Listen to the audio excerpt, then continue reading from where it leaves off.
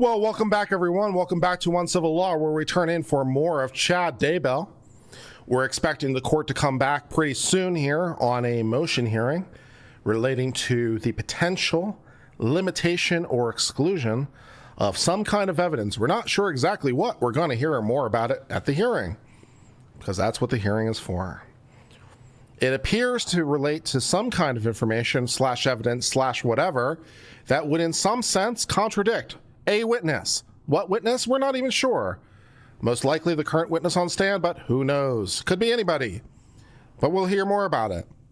And the defense would like to offer this potentially contradicting evidence in some sense, because the witness has said something that can be in some sense contradicted by something else.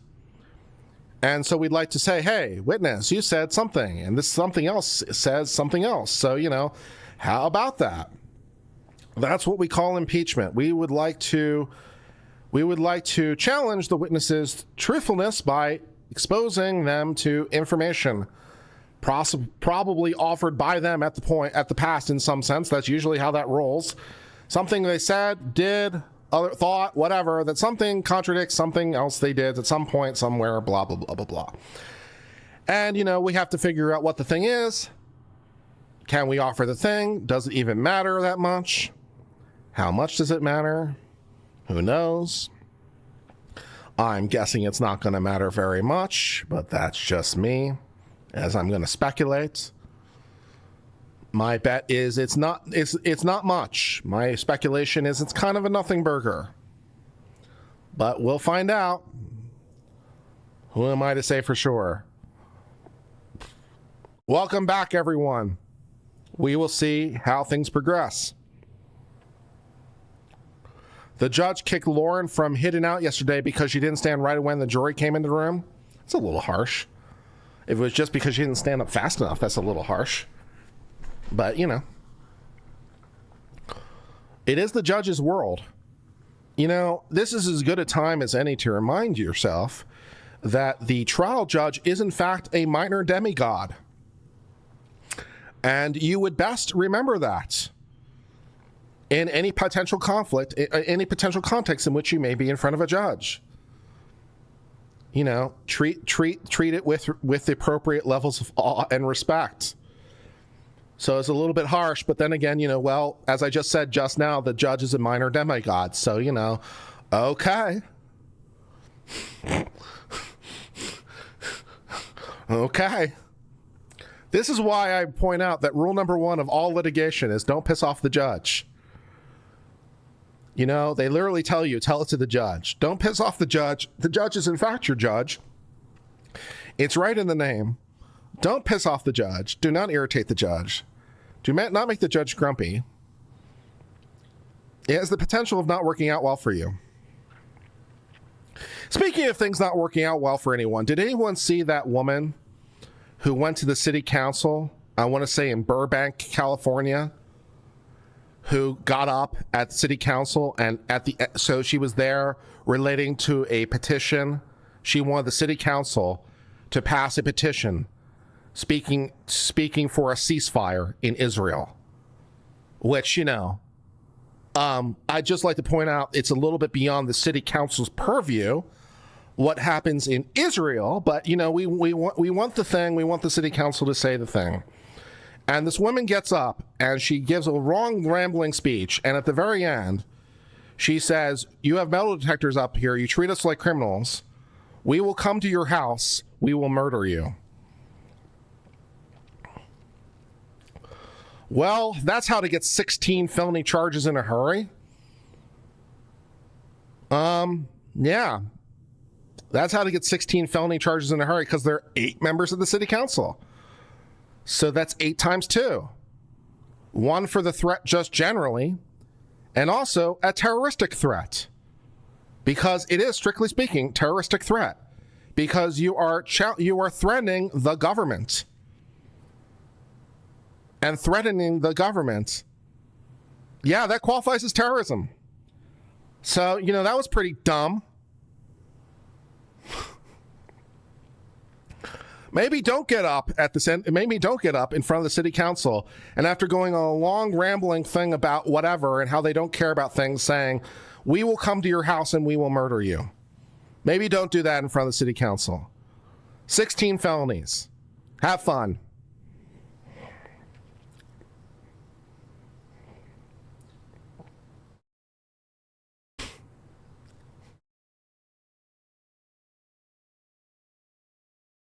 Yeah. 8 members of the city council. So that's a charge for every member of the city council times 2. That's a charge for it just being a threat generally. So you can't threaten someone just normally. So that's a charge. Just threatening people normally, that's a charge.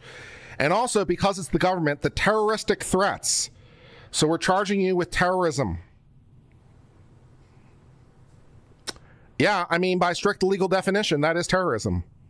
You are trying to overthrow, you're trying to, attack a duly elected government and prevent them from operation there. Yeah, that falls within the strict confines of terrorism. Yep, that works. Don't do that.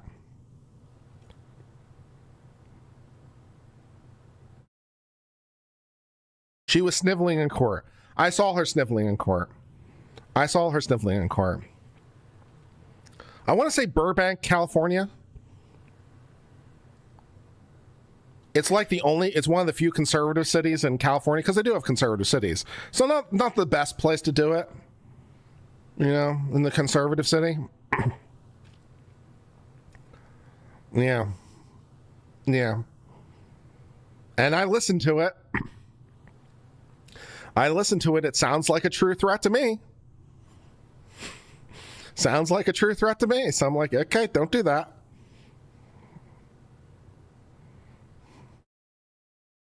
Sometimes, man, sometimes.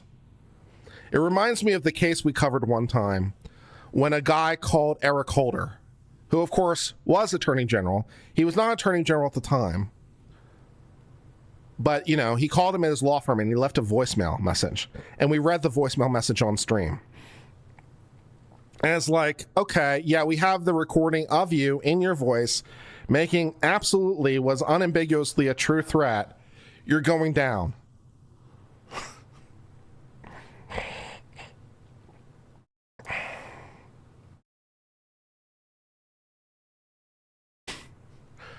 Yeah, don't make true threats against people.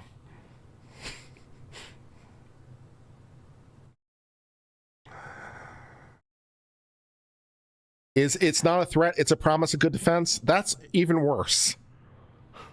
That's even worse. That's not a threat, it's a promise. That's even worse. Okay, that's great news.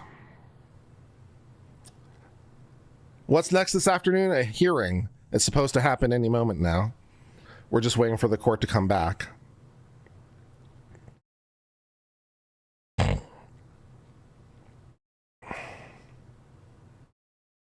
Maybe don't leave a voicemail message on an answering machine with the true threats in your voice.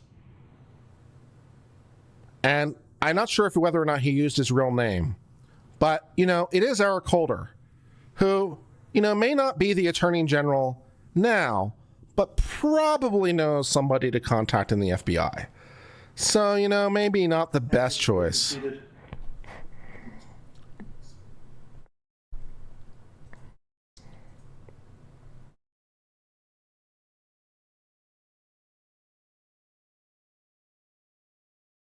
Come on, court. There we go. Thank you for putting things back in the right order.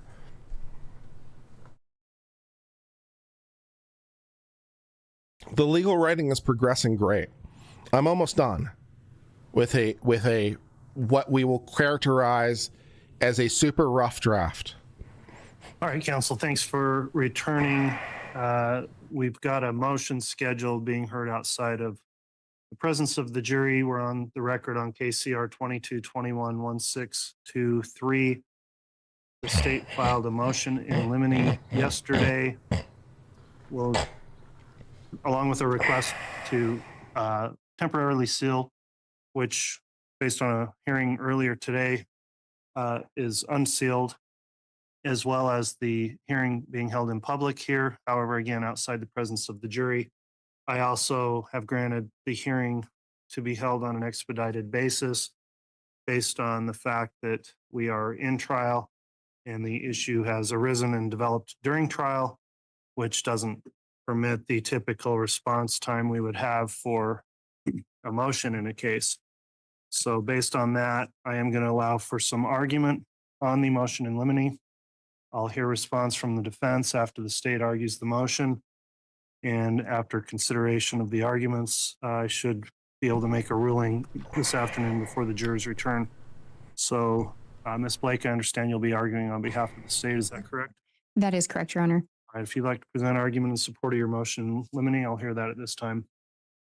Thank you, Your Honor. And as this court is aware, we've already litigated a very similar issue in front of this court. However, this one deals with a different witness and some different materials. So during preparations in this trial and getting ready for witness prep with one of the witnesses in this case, specifically Melanie Gibb, the state had reviewed a discovery response that was provided by defense counsel. This was provided to us within the discovery timeline as required. This was my first time reviewing it in full. And this had previously been provided Hey, Paralegal by Liz, could you do me a favor and jump onto DM and Discord real fast? I have something I need to ask you. And Lori Vallow. Please. They were originally provided in cases CR 22-2755 and CR 22-2838 on approximately March 3rd of 2021. So defense counsel would have received them in that case initially. Subsequent to that, I believe they were re-provided in this case's discovery on December 14th of 2022. Defense redisclosed them to the state on or about February 1st. As indicated, in preparations for the trial, I had not reviewed those in full until recently. Upon a review of those and then coupled with defense counsel's current state of cross and opening statement, looking at those, the state had concerns that we may be back to litigating in the future the issue of whether or not Prosecutor Wood is a witness. When I reference a previous hearing dealing with a similar issue, it dealt with that, wherein this court determined and quashed a subpoena that had been served on Prosecutor Wood. And while that was in relation to another witness, a review of these coupled with the arguments being made in the state of the cross-examination raised the state's concern that there could be another attempt by the defense to make Prosecutor Wood a witness, and specifically in relation to Ms. Gibb. The state disclosed in this motion the content of the communications that we feel the defense may be relying on or may use. We also have outlined an argument specifically starting with a determination as to whether or not the evidence is even relevant. This court had previously put in effect an order, and in the prior case numbers that were mentioned, the court had also mentioned the requirement for a taint hearing. Although those were in relation to other witnesses than Ms. Gibb, I think it would be a similar standard that should be required or would be required if it is the defense's intent at any point to attempt to call Prosecutor Wood as a witness. The reason the state brought this issue now is we don't want to get through the case in chief and have that become an issue if that's in fact where the defense is headed. We felt that it is an issue that should be determined sooner than later. We have suggested that if the court does have concerns that these could be reviewed in camera and/or a hearing could be conducted outside of the purview of the jury, for this court to make a determination whether or not any prospective testimony would be relevant to this case and either to the state's case or to the defendant's case. In addition to that, we've outlined and gone through again, and I know the court saw essentially the same case law, the same argument in that previous case, but we did include that we do recognize a defense attorney can be allowed to call a prosecutor and a witness, but it is disfavored. Case law makes that clear, as well as that any attempt to do so should be decided in advance of trial. We've included the case law outlining that and essentially the test required or the high burden on a defendant to show that a prosecutor would need to be a witness, which is that compelling need test. We don't think that that's been met, and that would be the request if this court is inclined to allow these messages in and or even allow an attempt to have Prosecutor Wood become a witness. We feel that that would be appropriate for the court to conduct a 403 analysis outside of the purview of the jury and or a taint hearing if necessary.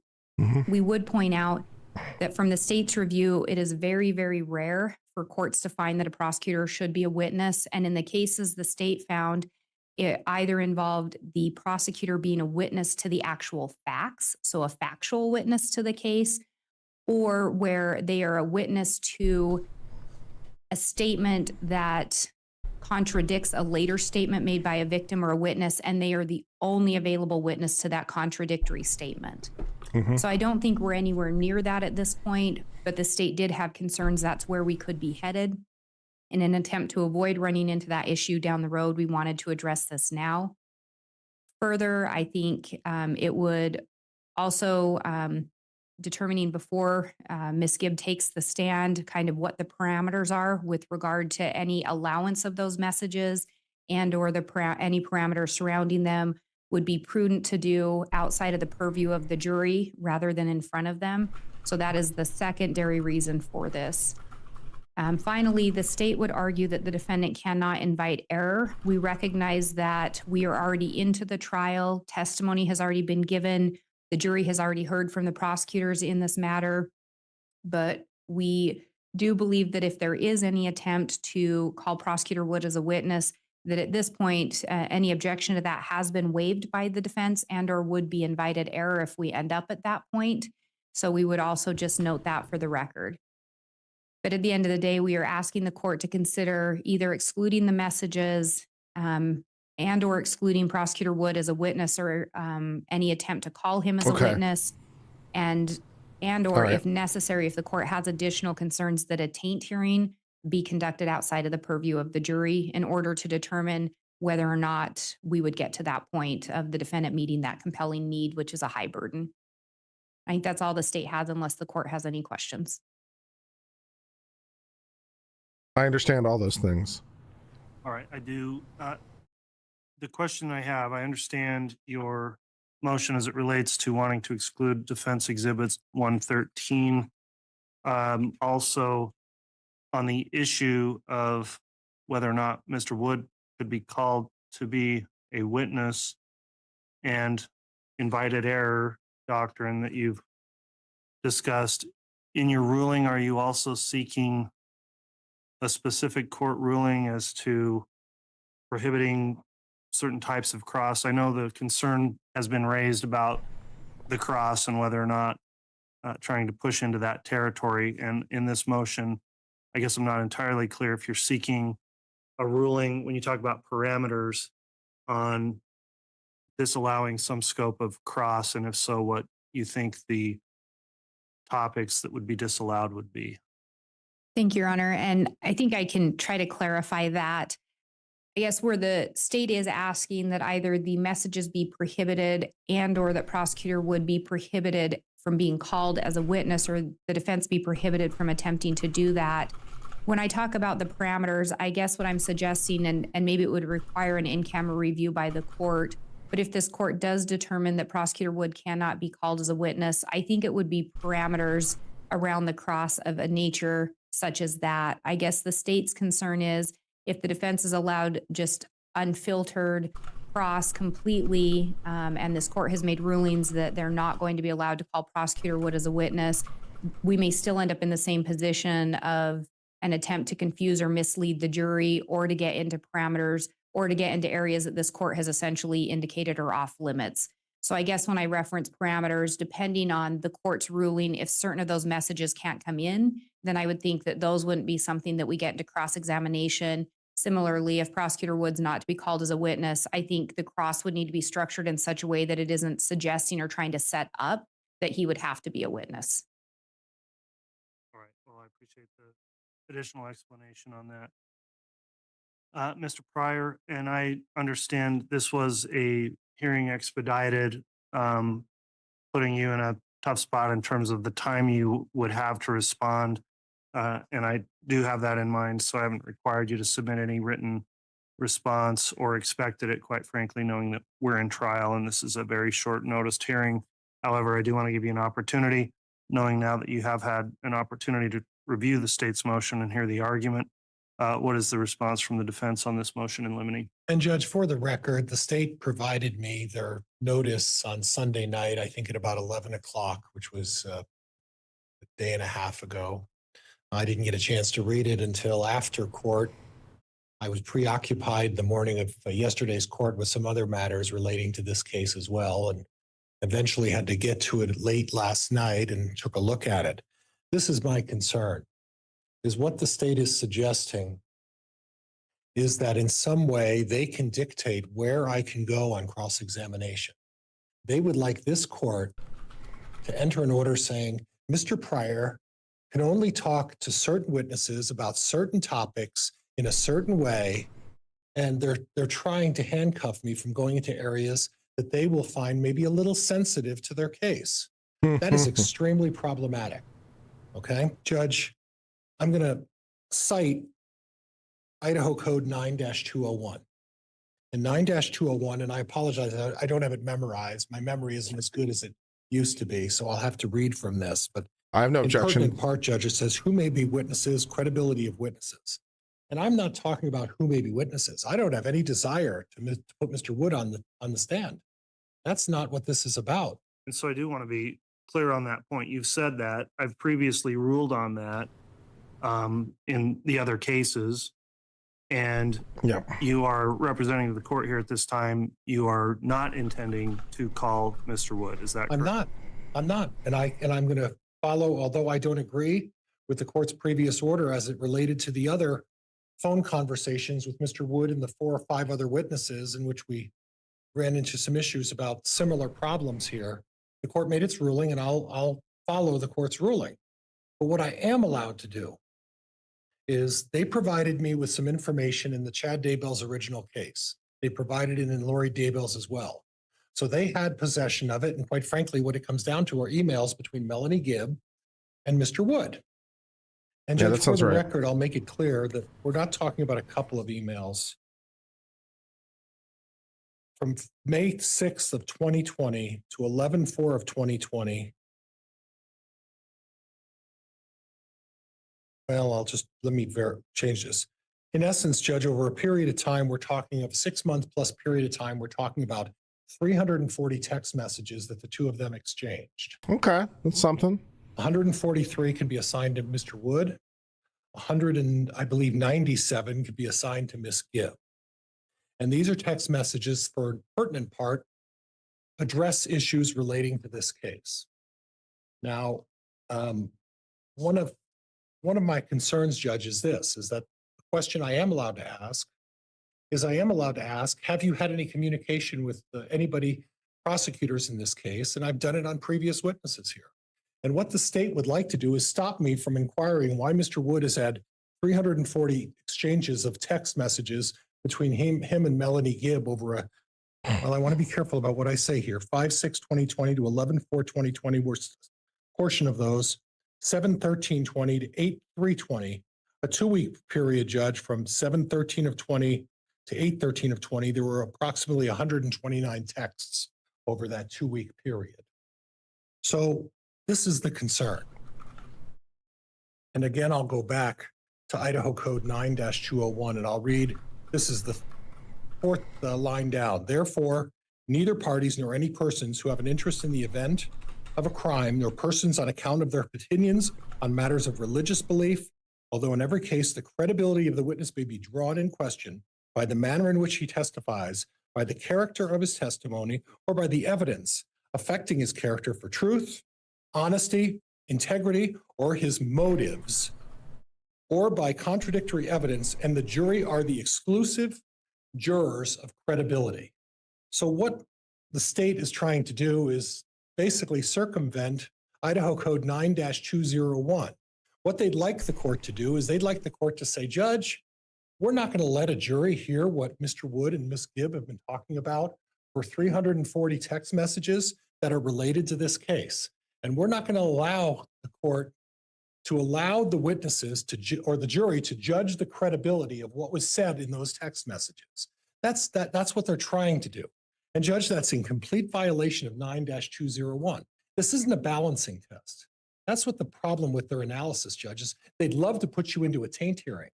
The difficulty with a taint hearing, Judge, is this. 404B, the rules of evidence, 404B, and we touched on this yesterday, Judge. They'd like you to do the relevance of 403 balancing. They'd like you to do 404B and do that. The problem is with 404B, 404 is prior Judge, bad acts. at the bottom of 404B, you talked about it the other day. It applies to prosecuting attorneys who are trying to bring in prior bad acts. That has nothing to do with this, and this balancing act has nothing to do with this. The reality is this. Does this information go to the credibility of a witness testifying in the case? And what I would suggest to the court is simply this, is that when a prosecuting attorney engages in discussion, Anytime they want to stop talking so I can explain this would be fine. 7 or 8 month period, 340 texts, and I've included them. Judge, I believe it's 113 is my exhibit that I provided. I do want to clarify. So 113 is not a summary, but it includes all of these texts you've referenced. Right. Okay. And I what just wanted to be clear 113, Judge, is it's a specific response to discovery that was provided upon seeking some information from the state. And it's I believe it's A through K, if I remember. And Judge, this was disclosed by the state 2 or 3 years ago. On the 15th of March of this month, I provided them a list of the exhibits that I was going to provide. And Judge, a week before the trial started, I took the liberty of providing them. I wasn't afforded the same courtesy, but a week before the trial even started, Judge, I handed the state a copy of all my exhibits. That was over 3 weeks ago.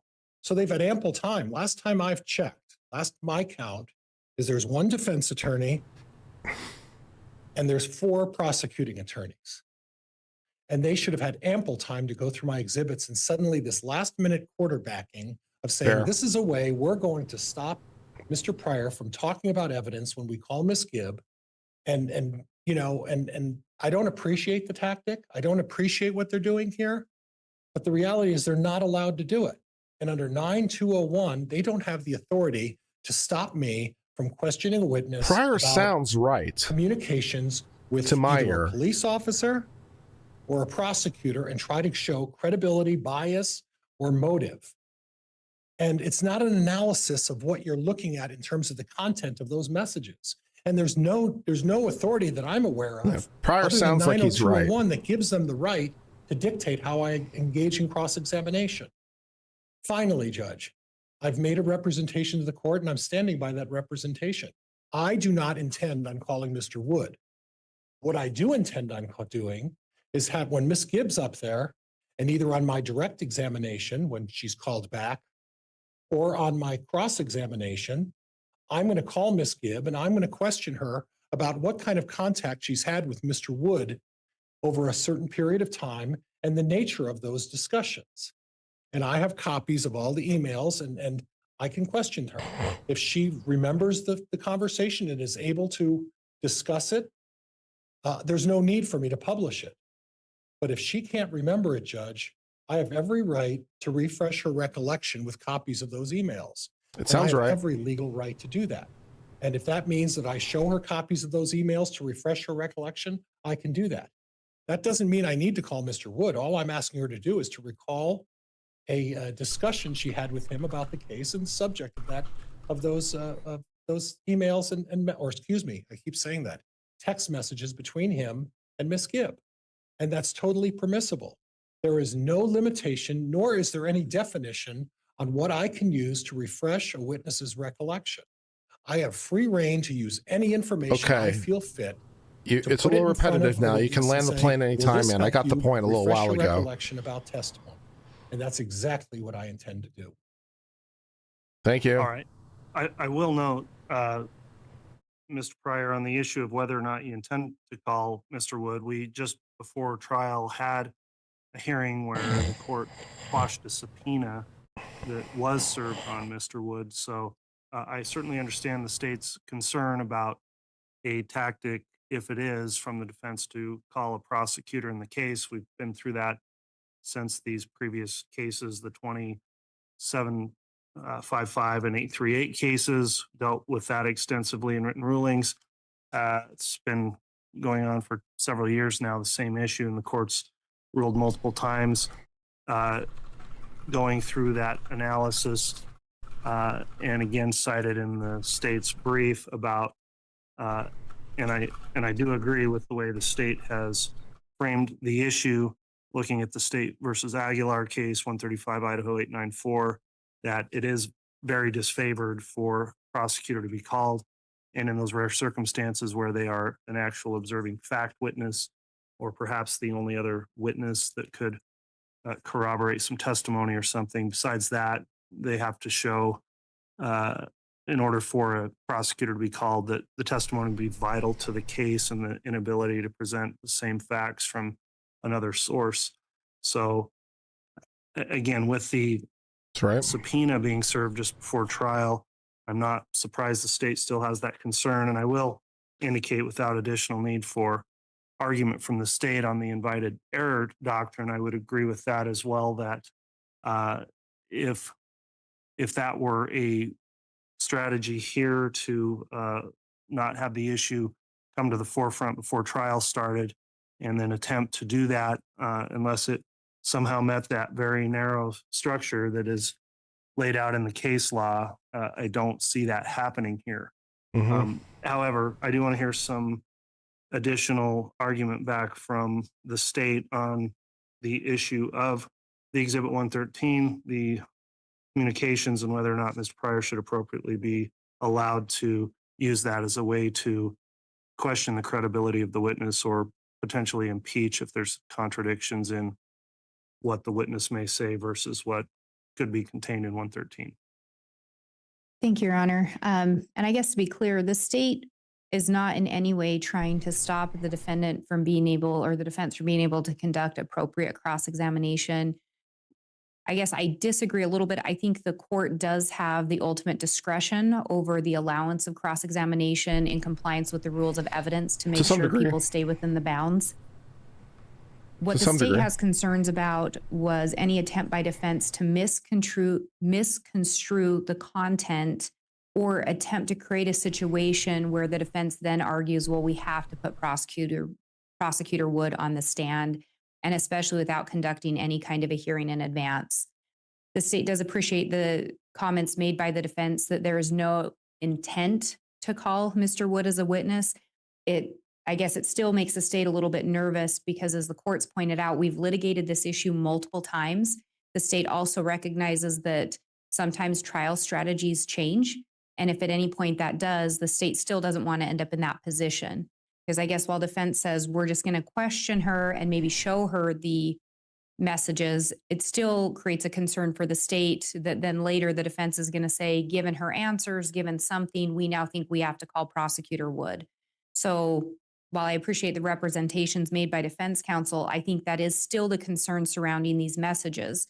The state does not disagree that so long as the defense counsel sets the proper foundation, he would be able to absolutely use these messages if he were trying to introduce them. I guess I should be clear on the proper foundation. I don't disagree. I don't think the state disagrees at all that cross-examination can include asking about meeting with the state, meeting with investigators. That would all be fair game. The concern would be an attempt to misconstrue the statements. And that was why the state was asking the court to potentially review them in camera to make any ruling regarding those messages, or conduct a taint hearing if necessary. I think the court was very clear with defense counsel that if there was going to be an attempt to call prosecutor Wood, a taint hearing would be required. I guess the state is not still completely assured that this would not still result in that attempt to essentially circumvent the court's prior orders. So that's the concern with the state. Okay, thank you, Ms. Blake. Mr. Pryor, Ms. Blake was still talking, so I'm sure that didn't come on the record. What did you say? If I could respond briefly, Judge. You may. Thank you, Your Honor. Judge, I've already assured the court, and I'm not going to violate the court's order about Mr. Wood. And frankly, the state can say if certain things happen, but the reality is this court can make rulings on relevance issues as it relates to certain things. But when we're talking about credibility, Idaho Code 9201 allows me the leeway to go forward and impeach a witness or ask a witness about communications with a prosecuting attorney. And it's perfectly permissible. Just because Ms. Gibb may say something different than what a text message is, I can show her, refresh her recollection, and that's as far as it goes. And I understand that. I understand the limitation that's put on impeachment and refreshing someone's recollection. It doesn't open the door, and the state's using this opportunity to say, well, Judge, in the past, you've stopped Mr. Pryor from having him talk about his many conversations with the other witnesses. But in this situation, it's a different story. Ms. Gibb is the witness in this case. Her testimony is crucial to the state even trying to prove their case. And the reality is that I'm allowed to talk about communications with Mr. Wood and Miss Wood, Mr. Wood and Miss Gibb to the tune of 340 text messages over a little more than a 6-month period. So I am allowed to go into that, and I'm going to go into content if that content. So the suggestion is that there should be a taint hearing. They are completely off base. And what they're trying to do is they're trying to, strap a motion that has previously been ruled on and say, Judge, oh, there still may be some threat here. We really better go through this long process and have you evaluate things. And I'm going to object if that's where we're going. I'm allowed to go into the credibility, All right, we got the bias, point. and motives behind any witness. You can stop I'm talking allowed now. and question them about anything that may go to bias, motive, and in that regard. So I appreciate the state conceding finally that I can use this information on cross-examination and judge as a representation on cross-examination and maybe direct examination when Ms. Gibb is subpoenaed. That's where I intend to go. And again, I will reiterate, I do not intend to call Mr. Wood, nor do I plan some scheme. Sounds a little paranoid to me, but that's fine. But again, I'm going to follow this court's order. But 9201 allows me to go into the credibility of the witnesses. We know. I don't feel like I need permission to do that. We know. All right. Thank you. The matter's been argued. I am ready to make a ruling on it. So I am going to put the ruling on the record. I'll just have an order entered that will say for the reasons stated, because I don't expect either side to draft out in an express order the analysis I'll go through here. So as it relates, first of all, I'll indicate that 9201, of course, reiterates the provenance of the jury, that they're the ones that determine credibility of witnesses ultimately, and that clearly states that. The matter of evidentiary ruling and relevance is always, though, for the court to determine what evidence comes in or what does not come in based on objections or proffers during the trial.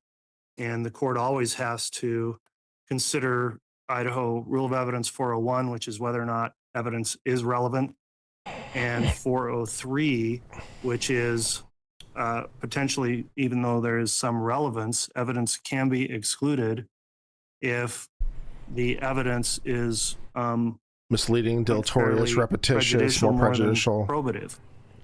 And so the court determines that, and that doesn't run afoul of 9201, as the defense has argued it anyway, or the two are mutually compatible in that it's the court that will determine relevance based on 401 and 403. And then the jury's left to determine ultimately if a witness is credible or not. So in this issue here with Exhibit 113, I will indicate that much like the parties here, the court's busy as well during trial. I have not gone through Exhibit 113, and nor I don't know if I want to or care to read the hundreds and hundreds of text messages Fair. that are apparently, or other messages that are contained in the exhibit. Without knowing precisely what's in all of those, I can't make a ruling to just wholesale exclude Exhibit 113 as the motion in limine would seek and state that that's an irrelevant exhibit. Parts of it may be, parts of it may not be. The whole thing may not be relevant. The whole thing may be relevant. I just can't say at this point until the witness, Ms. Gibb, testifies. I would state that to the extent anything comes up within those messages that may well be proper on cross-examination as impeachment if the witness begins contradicting things that were previously said to the prosecutor or vice versa, or on other factual allegations that may come up during cross or direct. So the court's going to deny the motion as it relates to a motion to eliminate, to just exclude Exhibit 113. Just have to see how the trial develops with the testimony of that witness. However, I will state that I'll be watching very carefully as to whether or not there really is any relevance to the testimony of Ms. Gibb, because attorneys are entitled to talk to witnesses, Sure. help them get ready for trial, not to change their testimony or not tell the truth. However, if it's just simply matters of, what time should I be there, that kind of thing, if it's not relevant, then I'm going to watch. And if an objection comes up about relevance on any of these prior communications, despite 9201, I can simply determine if I think it's appropriate that the jurors shouldn't be hearing about these communications if it does nothing to help them assess the credibility of the witness. So ultimately, it has to be an assessment of the witness's credibility. Quite frankly, I don't think a taint hearing is necessary or required at this point. If during the course of that testimony, we start going right into this, and it looks like there may well be an issue if that were to come up with credibility relating to Exhibit 113. I do agree that that should be done either in camera or at least outside of the presence of the jurors to avoid any unnecessary confusion the jurors may have sorting out what that would mean if it doesn't go directly to the credibility of that testimony. As it relates to Mr. Wood potentially being called as a witness, there's been a representation to the court today. That's not what the defense intends to do. This court's previously ruled that that was not going to Thank you, happen. I still don't intend to have that's that very nice. happen. I can't say that could never happen because anything is possible.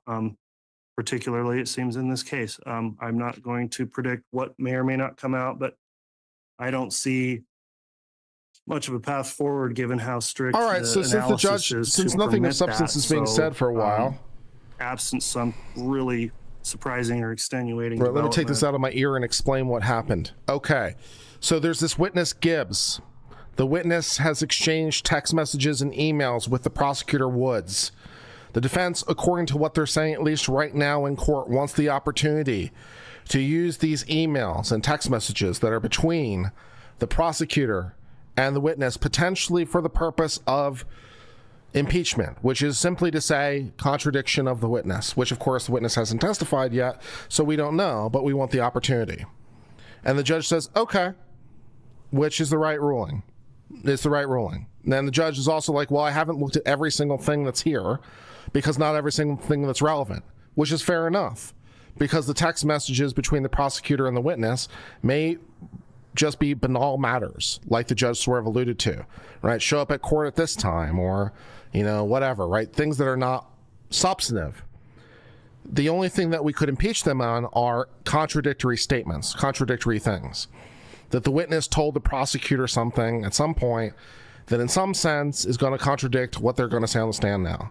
So anything that's not, relating to the witness's testimony is definitionally not relevant, which so some of it might be just logistics. So the judge says, look, I haven't looked at all these things. So Rule 401, is it relevant? Relevant by definition means it must make something must make a fact in dispute more or less likely to be true. So the logistics are not relevant because they don't make anything in dispute more or less likely, and certainly doesn't speak to truthfulness, so that doesn't help. 403, is it more prejudicial than probative? Like, even though it's relevant, it's really not. So let's exclude it anyway. The judge is like, no, that doesn't work. 404, prior bad acts, has nothing to do with anything. No one's trying to introduce prior bad acts. So I don't even know why we're talking about 404. It has nothing to do with anything. Why are we even talking about it? So the judge says, yes, you can use the text messages. And then the prosecution can object or not as needed. And I'll make rulings as not or needed, depending on what the thing is, and we'll go from there. And also, the whole thing about invited error basically was the prosecution trying to say, we're concerned that the defense is trying to backdoor their way into being able to call the prosecutor, which they can't do. Right? We've already had that fight, by the way, incidentally, and we've decided, no, you can't call the prosecutor, which, duh. And so we're concerned that they're trying to backdoor their way into this. And they're like, well, I'm not trying to backdoor my way into it. I have no intention to call the prosecutor. Like, okay. So that's what those said, right? And the whole idea of this taint thing, I don't think the taint thing makes any sense. It doesn't seem like that's the issue. Taint would refer to the idea that the prosecutor wasn't supposed to have certain information. As you may recall, the trials between Lori Vallow and Chad Daybell were severed. They were different trials. So it is possible, I don't know the details, but it's certainly possible that there's certain information that the prosecutor isn't supposed to know about one case in the context of another case, right? So that's called taint, right? When you unduly get access to information you're not supposed to have. If you have to separate out the people like a walled garden, that you didn't separate them out and they have access to information they're not supposed to have. But that doesn't seem to be the issue either. It doesn't seem like it's an issue where the prosecutor it doesn't seem to be a misconduct issue. It doesn't seem like the prosecutor did anything wrong. He's having conversations with the witness, which he's allowed to do. He's incidentally allowed to have substantive conversations with the witness. He's allowed to do that. Any lawyer can. He can have discussions with the witness ahead of time about their testimony. It's perfectly legal. So even if he had discussions with the witness ahead of time about their testimony, it wouldn't be illegal. So it's not an issue of taint, or it's not an issue of misconduct. So that hopefully explains everything. I hope I've been able to sum this up in a reasonably explainable way. Sorry I had to breeze through that a little bit fast, but that was the best I could do to summarize what was a fairly lengthy argument.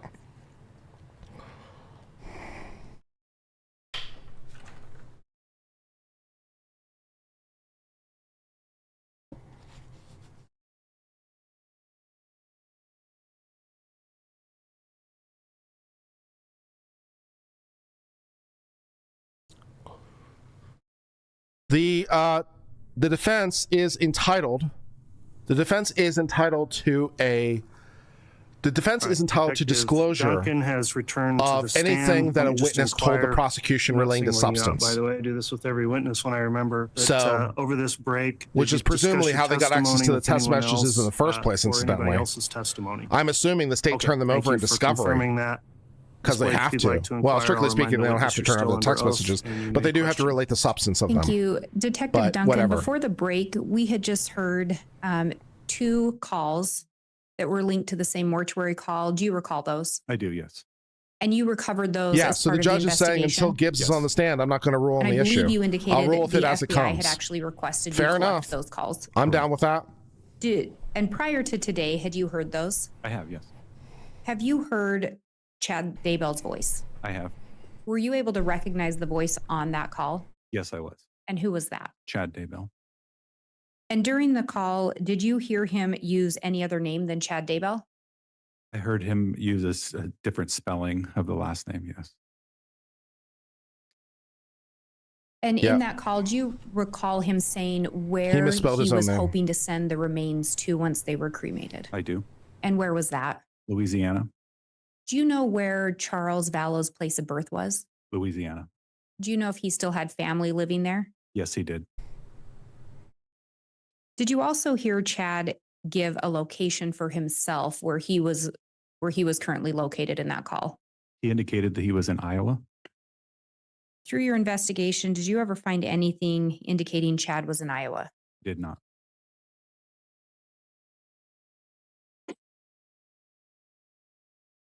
And we've talked about that in your investigation, you looked at the iCloud accounts for Lori. Yes.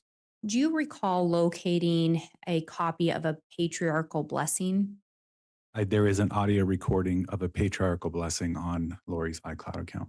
Oh, good. Did you listen to that blessing at some point? I did. And do you know who was giving the blessing? Chad Daybell. Do you know who let's he was hear it. giving the blessing to? Alex Cox. Are you familiar with what faith the patriarchal blessings are attached to? I am. What And what direction faith does is the that? defense look at With when the they're Church of looking at Jesus the Christ of Latter-day judge? They'd be Saints. looking to their left And are you familiar because with they're whether or parallel not or Chad Daybell perpendicular to within the church prosecutors. would So have they'd be been looking to their authorized left give to an look at the actual witness. patriarchal blessing? Sustained. And Ms. Pryor, your microphone next time, please. I'm not sure Detective, where the jury as is part of the jury is in the room. investigation, did the LDS faith come up? Yes, Did you review some things in relation to that faith? I did. And do you have some basic knowledge regarding the LDS church? Yes, I do. Do you know what a patriarchal blessing is? I do. Do you know who's authorized to give those within the LDS faith? The stake president is authorized to give those. Do you know what if Chad held the calling of a stake president at the time the blessing was given? My understanding, he did not. So he would not have been authorized within the LDS faith to give that blessing. Correct. I think it actually would correct myself. Like it's a stake patriarch that gives that blessing, not president, but a patriarch. So it's a specific calling someone has within the LDS faith to be able to give those blessings to another person. Yes, it is. And Chad did not hold that calling. My understanding, he did not. And Your Honor, the iCloud accounts have been admitted into evidence. The state has what's been marked as State's Exhibit 50, which is the referenced recording, where those iCloud accounts are already in evidence by stipulation. The state would move for the admission of State's Exhibit 50. No objection, Judge. Okay, Exhibit 50 is entered, and counsel, again, to be clear with those accounts, et cetera, as each individual item comes in into evidence, as you just did, Ms. Blake, continue to please reference those specifically so the record remains clear. Thank you, Your Honor. The state would ask for permission to publish State's Exhibit 50. You may publish.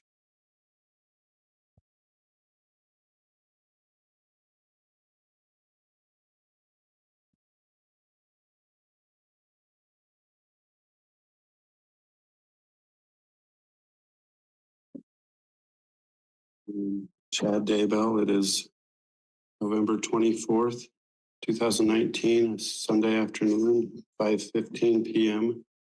We are going to give Alex Lamar Cox a patriarchal blessing. Alexander Lamar.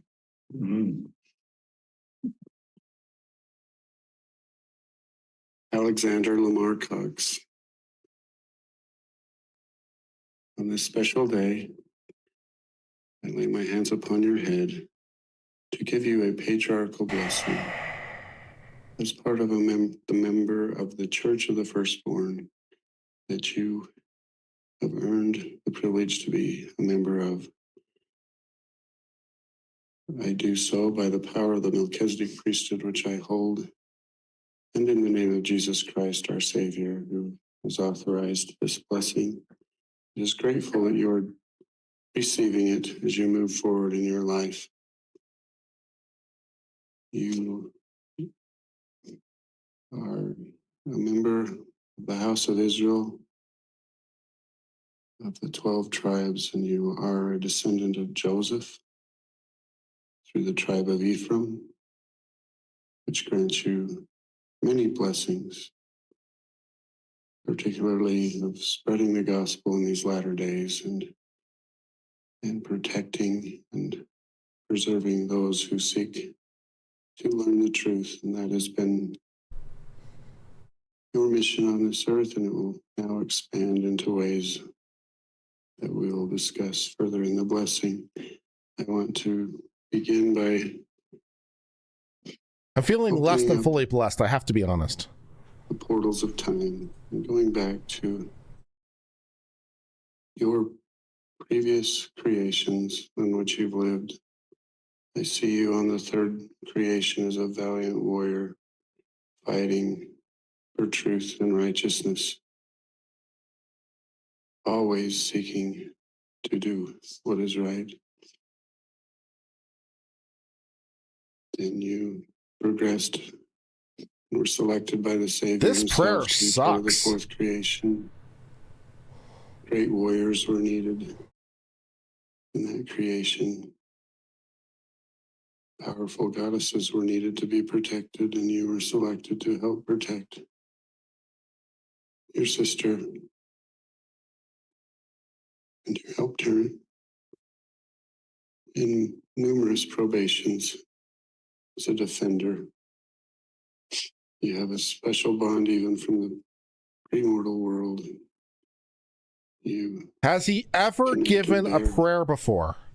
and as she Because, grew in dude, power, man, I could do better. you were right there beside her, always Come on. with a humble heart. You both always were so humble. So as this fifth creation began, after you had been exalted in the fourth creation, when you could have gone on to exaltation with Holly, resurrected being, you accepted the Savior's invitation one more time to come to this mortal realm, to condescend as a God. You help us. If this is the You have benchmark already assisted us in for giving ways that prayers, cannot I be feel like repaid. I'm being underutilized right now. But you will continue to do so as you move forward in this life. You were born into a family that needed you desperately, with a set of parents who spoke of the gospel with their mouths, yet did not live it. And once again, you were reunited with a sister who needed you to survive such an environment. In no way was I'm it sorry, a what? reflection on either one of you that you lived in that home. You were put there to help each other persevere. But the lessons you had to learn in your youth have now made you both strong, powerful servants of the Lord that would not have occurred in a traditional LDS home. You had to go to great depths to achieve tremendous heights. And the fruits of those trials are beginning to be demonstrated. You were granted to be a member of the Church of Jesus Christ of Latter-day Saints, and that was a strength to you. You learned about your Savior and grew closer to Him, and rekindled in some ways the connections you've always had with Him. And through adulthood, you have refined yourself. And I just want you to know that at this time, the Savior is saying unto me, well done. Thy soul is cleansed. All is well. And now you'll begin into your terrestrial phase of this existence, that you'll be a powerful servant. I bless you with that knowledge that you'll now move forward as a true warrior in ways that can be demonstrated through not only physical action, but through spiritual power that is coming to you and will be bestowed upon you. I bless you with the knowledge that through marriage, you'll be united with a partner who will match your Members of powers chat, and complement your strengths. as high priest of the You'll Church of the be Uncivil, I offer you known this blessing. throughout the world. Clearly, you are for the best and brightest because you are here your in the chat with good-heartedness, us. And your presence your here proves willingness your to worth. You are save wonderful souls and awesome. And all as over you the enter world this terrestrial phase through portals, of being part of the chat, and you will begin I know that to you will achieve great gather things the souls for the glory of the channel that come and of the into Uncivil. Christ. I see you in New Jerusalem, but more importantly, I see you as a messenger of the Lord. Surrounding New Jerusalem will be many small communities where people will come who aren't quite ready to enter those heavenly gates, those terrestrial gates. And one of your missions will be to go among the people and testify as a prophet that they can make it. You'll share Aren't your cult own leaders supposed to be experiences charismatic or something? of overcoming adversity. And through your example, they will rise up. You will give tremendous blessings to them, raise their vibrations, and be like a brother to many of these fathers who may have had doubts. But through your strength, they will look to you as a hero.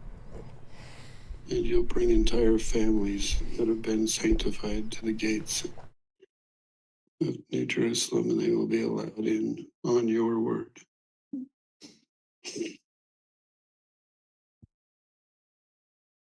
Will be just one of the many. Please stop talking now. I'm Wonderful blessed enough. I'm experiences you'll blessed have. enough, Chad. Thanks. It's enough blessing. I'm good. I see you doing that often, but then I don't need any more based on blessing. the I'm good now. science, Thanks. you might go further into the world. Always serving, always a missionary. And with your companion, you'll communicate with Mother Earth herself.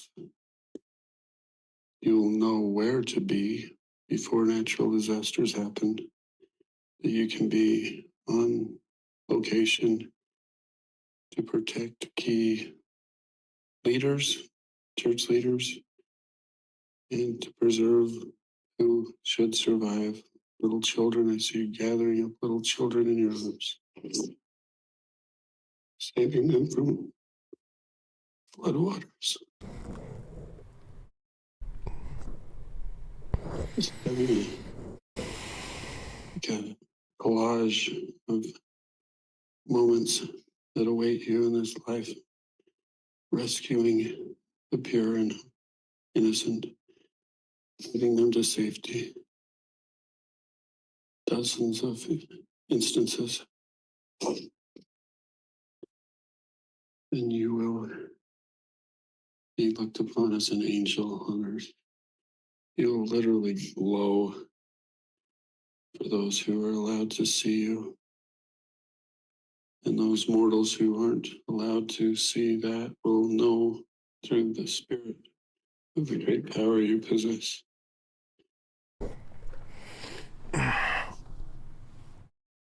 Proper time, after many years of service in such ways, as the second coming approaches, you will know when it's time to move to the other side. This body that has served you well will lay down one day. You'll pass. Your spirit will leave this body. You'll be greeted wholeheartedly and welcomed by the Savior himself. You will already know him. But that reunion will take place on a greater plane. That the spirit, you'll feel at that time, the vibration will exceed all. Before the second coming even occurs, the Savior will let that body rest a day or two. Stop Much like talking. himself, you will be raised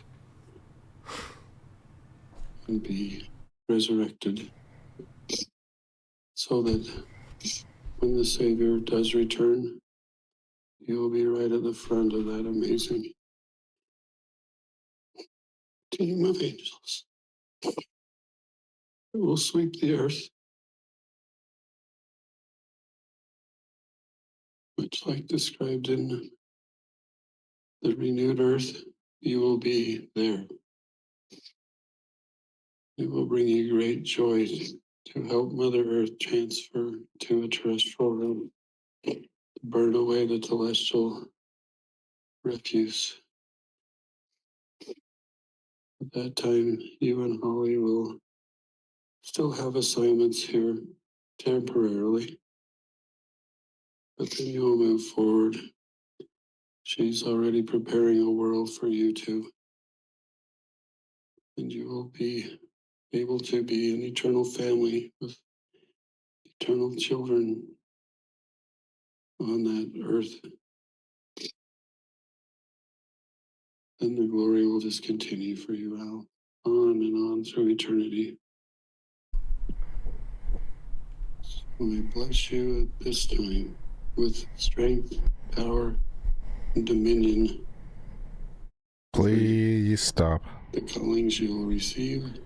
Please stop. That you are part of a very special team Please stop. of people that are moving towards translation. Stop and talking. Transfiguration. And that the Lord Please will stop be with talking. you at all times.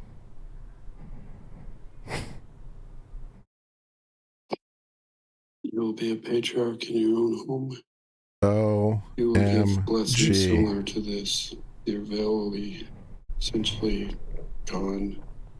You will be able to see into the past and into the future for these individuals and share with them the same. When the LDS talk about knowledge forever, is and this what they truth. had in mind? I bless you with protection throughout your mortal life. That angels will now be assigned to you as you've reached this vibration. You have 9 angels assigned to you now 9 angels. to watch you from all That's a good deal, sides man. through 9 your angels faithfulness. to watch over him. I know you will stay faithful. You have a great mission. I protect you. I bless you with a strong protection against Satan and his followers, Lucifer, Cain. Right about now, I'd like my guardian anyone angel else to who please seeks make to it oppose stop. You, you'll feel a new vitality and strength against them, and to use your priesthood to defend against them. I close this patriarchal blessing by assuring you that you will rise to an eternal glory, that you will have an eternal family, and that your exaltation is assured through your faithfulness. The exaltation is In the name of assured. Jesus Christ, amen. Hello, chat. I'd like to give you a blessing. Your exaltation is assured. Blessings are good. Oh, did he stop talking? Did he stop? Did he stop? Is it over? And Your Honor, I have states exhibit 50 Yay! ready to submit. Woo!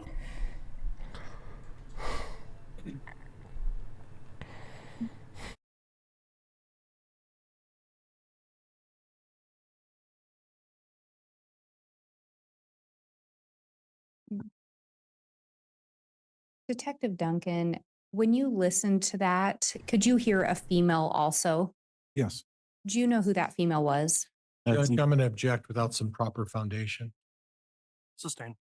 Based on your investigation, did you ever hear the voices of any other individuals involved in this case? Yes, I did. Did you ever hear the voice of Lori Vallow? Yes, I did. Do you know, based on that, did you recognize the female voice within that blessing? I believe that voice to be Lori Vallow. In that blessing, were there certain things that stood out to you? There was a lot.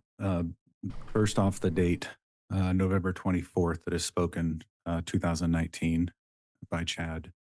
And the other thing that stood out was at the beginning when he mentions that Alex is part of the Church of the Firstborn. That stood out to me.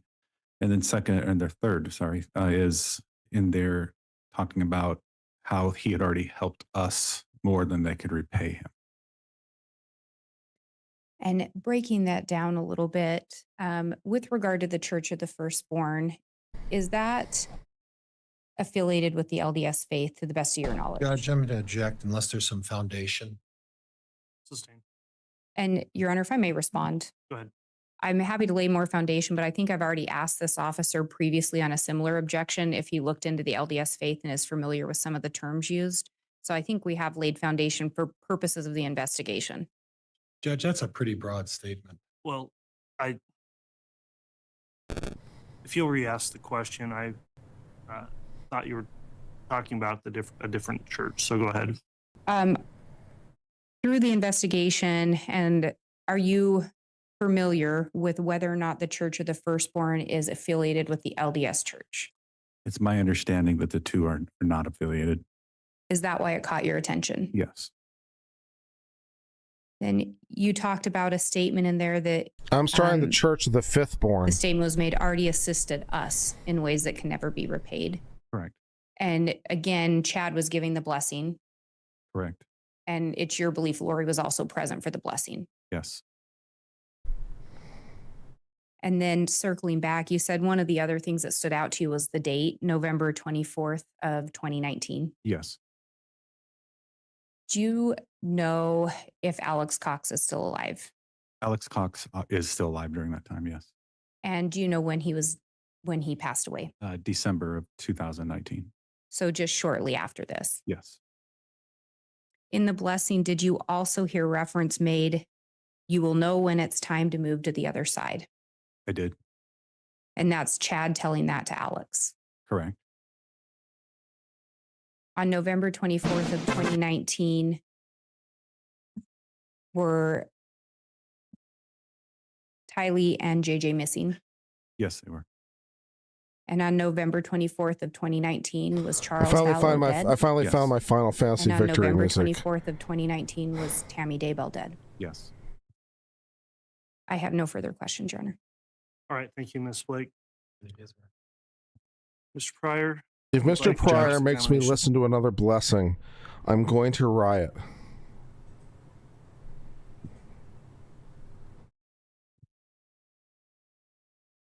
Back on.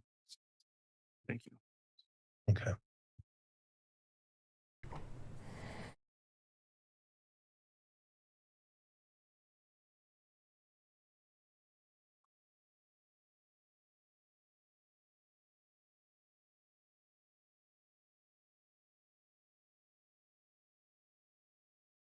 Done that twice. Not on purpose. May I refer to you as officer? Is that okay? Absolutely. Yes. Okay, thank you, officer. So you made mention of the fact that you familiarized yourself with the LDS faith. Is that right? I was born and raised in the LDS faith. Yes. Okay, so maybe you can enlighten me because this has been a learning experience for me. It has me as well. Okay, but you're obviously have a hand up is that you were at least part of that faith for a while. I don't have that. So you're familiar with the term doctrine of covenants. Yes. Okay, and in the doctrine of covenants, it talks about the Church of the Firstborn as part of the LDS faith. Remember that? Well, I can't speak to the doctrine of covenants. I know what the Okay. doctrine of covenants are, but I'm Well, you spoke to the doctrine of covenants, though. that I know what they are. Yes. Well, But you- I don't understand All the right, content. We're sorry. We're already having an issue with you talking at the same time as Mr. Pryor and vice versa. So please question and answer and don't talk over each other. And Your Honor, I'm going to object as beyond the scope. Overruled at this point. Ms. Blake talked to you about the Church of the First, and you said that it wasn't part of the LDS faith. Is that right? My understanding that the two were separate is what I said. Okay. But the doctrine of the covenants talks about the Church of the Firstborn as part of the LDS faith. So where did you get your information from?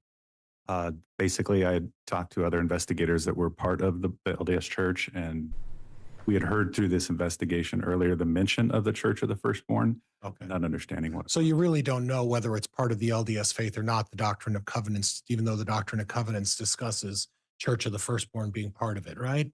Yeah. So, like I said, other than I don't, based on my knowledge, yes. Now, I'm going to go off topic a little bit, but some of the other stuff that I saw, Zaluma Pastena is talking about light and dark. I'm taking And light and dark points is part of the away from the LDS faith too, prosecution right? I have for no making idea. me listen to that Okay. entire blessing. Well, you said you familiarized yourself with it. Did you familiarize yourself with light and dark? Not totally, no. What about death and death percentages and things like that? Is that part of the LDS faith? I've never heard of that. Okay, but you don't know whether it is or not, right? Correct. Okay.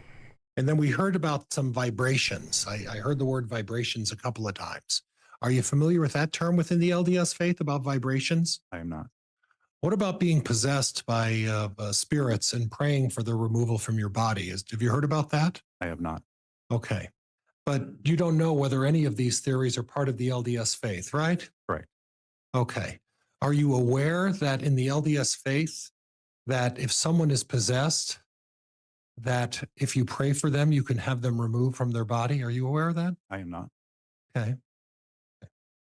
I mean, Now we talked Isn't a that little bit about also Catholicism, for that matter. the frequency with which on a specific day where Lori Vallow texted Chad Daybell 3 times in the morning, right? Yes. And that was with Charles Vallow, right? That was the day that Charles Okay. died. Yes. And you made a point of bringing that up, that there were 3 messages that day in the morning, or at least there appeared to be some communication. We really don't know what they said though, right? That's correct. Okay. Now, when you go over the phone records, 3 calls in a day was not uncommon for them when I looked at the records, was it? No. In fact, it was frequently more than that in the morning, more than that in the evening, and more than that in the afternoon, right? Correct. So when you pointed out the 3, I got the impression what you were trying to suggest, that because Chad texted her or communicated with her 3 times, that somehow links him to Charles Vallow's murder. That's not what you're suggesting, is it? No, I didn't suggest that. I made comment that that those show up in her CDR records, but they do not show up. Those contacts do not show up in her iCloud records. Okay, so just because there were differences, but it wasn't unusual for them to communicate several times a day at various times of the day. Correct. Right. After all, they were having a relationship with each other, weren't they? My understanding, yes. Okay. Now, Maricopa County, is that the county that you're in down there? Yes, sir. Okay. Do you know the prosecutor down there? I know many prosecutors Okay. there, but are you referring to a specific- Alistair Adele? Hold on, Mr. Pryor, he wasn't done answering. Oh, I'm sorry. I thought he was, Judge. Go ahead.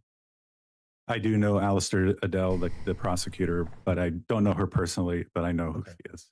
So you talked in great detail about the Charles Vallow case, right? Correct.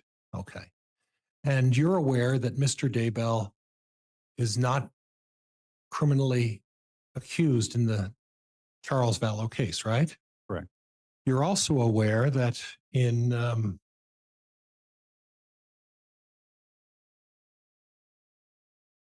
June 29th of 2021, the prosecuting attorney issued a statement in regards to his intent regarding Chad Daybell and the Charles Vallow case, right? Yes. Okay, and that was published on a, it was actually put on the web, wasn't it? I'm not sure where it was, but Okay. I know we received something as part of our case file. Right, and you're aware of what this prosecutor, after reviewing all of the information, made a determination, right? Correct. Your Honor, I'm going to object. The defense counsel's clearly BRB. headed into hearsay. Well, it's already asked and answered without a timely objection, so overruled. So did you happen to review what the prosecuting attorney's ruling was in regards to Chad Daybell and the death of Charles Vallow? I am not privy to the ruling or the Okay. basically the discussion of why a decision is made, other than Okay. the decision has been made. But not. obviously, and I'm doing it again, and I'll slow down, Judge. I'm sorry. A lot in my head, and I'm trying to get it out to talk to you. That's because there's different functions. Your function is to investigate a situation, correct? Yes. Gather evidence, Yes. make a determination through the interview of witnesses, Correct. and then at the conclusion of your investigation, you're to submit that information to a prosecuting attorney. Yes. The prosecuting attorney is not to get involved typically in helping you interview witnesses, right? I don't agree 100% with that, because on all of our homicides, we do have an attorney that responds to our scenes Okay. and is aware of the circumstances surrounding it, because that attorney would have to speak at a hearing later on. Okay. So they need to know about the case. Would they be participating in the interview of the witnesses? No. That's unusual, isn't it? Yes. Okay. Okay. And it's unusual to encourage or tell witnesses what they should say and not say. Would that be fair as well? For the attorney to tell witnesses? Yeah, how to testify, what to testify to. Yeah. That's unusual as well, isn't it? Well,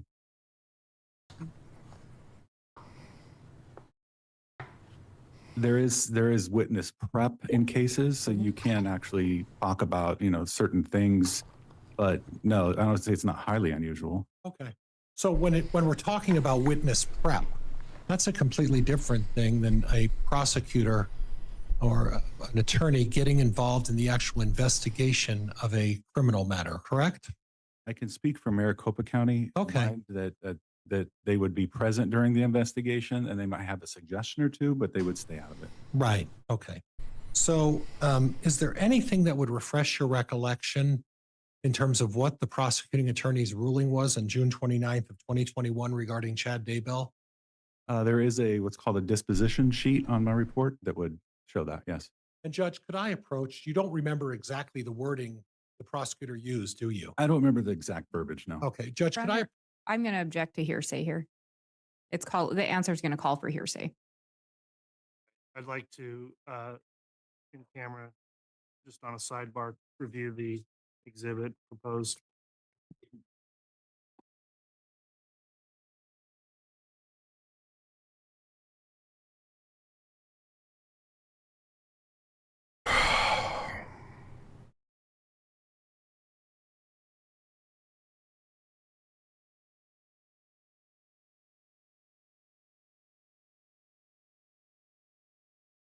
I don't know what they're doing right now. My attention span has disappeared. I'm kind of asleep, and yeah.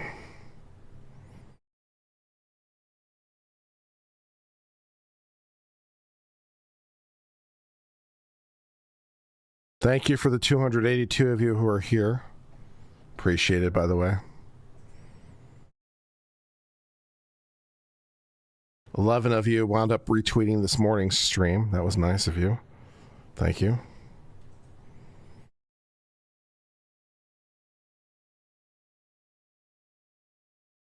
Oh, that's this afternoon's stream, actually. 10 of you restreamed, 10 of you retweeted this morning stream, and 11 of you retweeted this afternoon stream, which is very nice of you. Thank you. The retweets help. At least that's the premise I'm going under.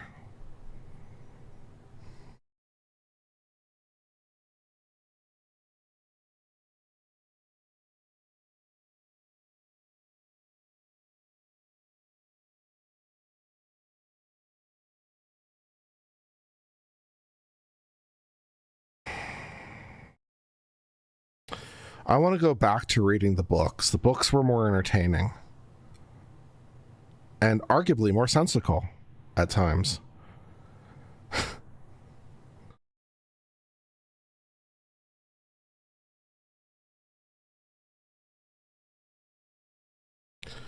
You don't need to tell me that you don't tweet. It's not necessary. I can just tell you that tweeting seems to be the best way to promote the channel. So if you do have Twitter and you'd like to help, it'd be appreciated. I really don't need to know everyone who does not have Twitter. It's just that I think it's the best way to promote the channel. I don't know of any other better way to promote the channel, so I'm deciding to go with, I think it's best to concentrate in one place to promote the channel. I think it's more effective if I pick one place to promote the channel. And Twitter's what I've decided to go with. So you can help me, and that'd be appreciated. If you don't have Twitter, then I understand. Thank you for watching.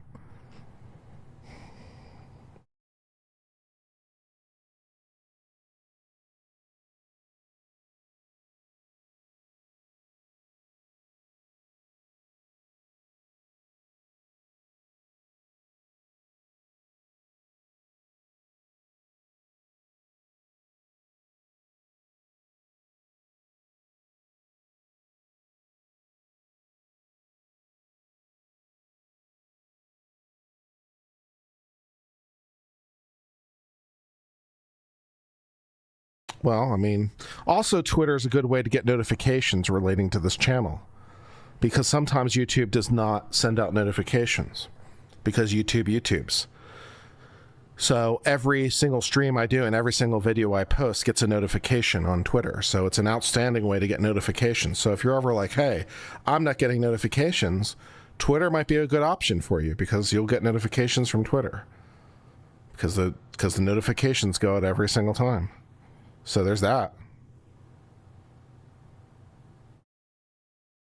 A taint hearing is a hearing that would relate to one of the prosecutors hearing information from a different case they weren't supposed to hear.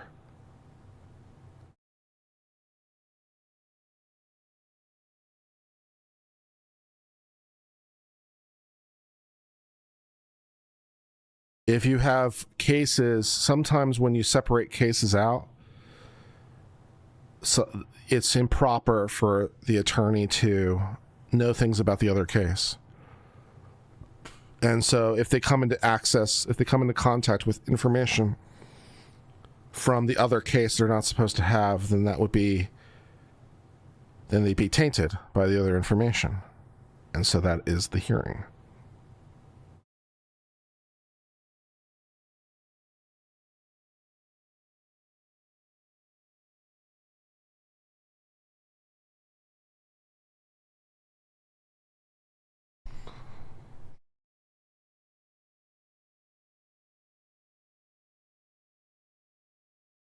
You know, with 271 of you, ideally, I'd like to have a few more people tweet, with 12 people retweeting.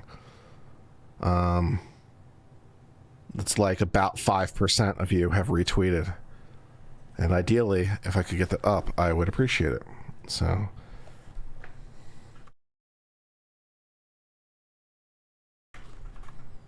there's the link if you'd like to help.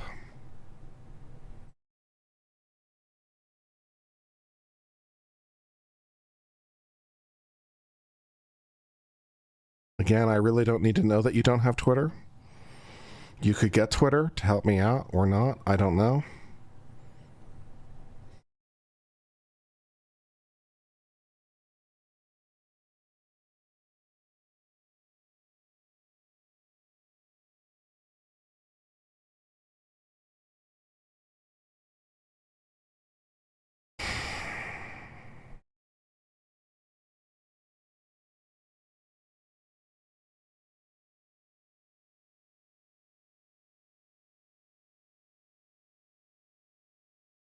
Tweety Bird? That's Looney Tunes.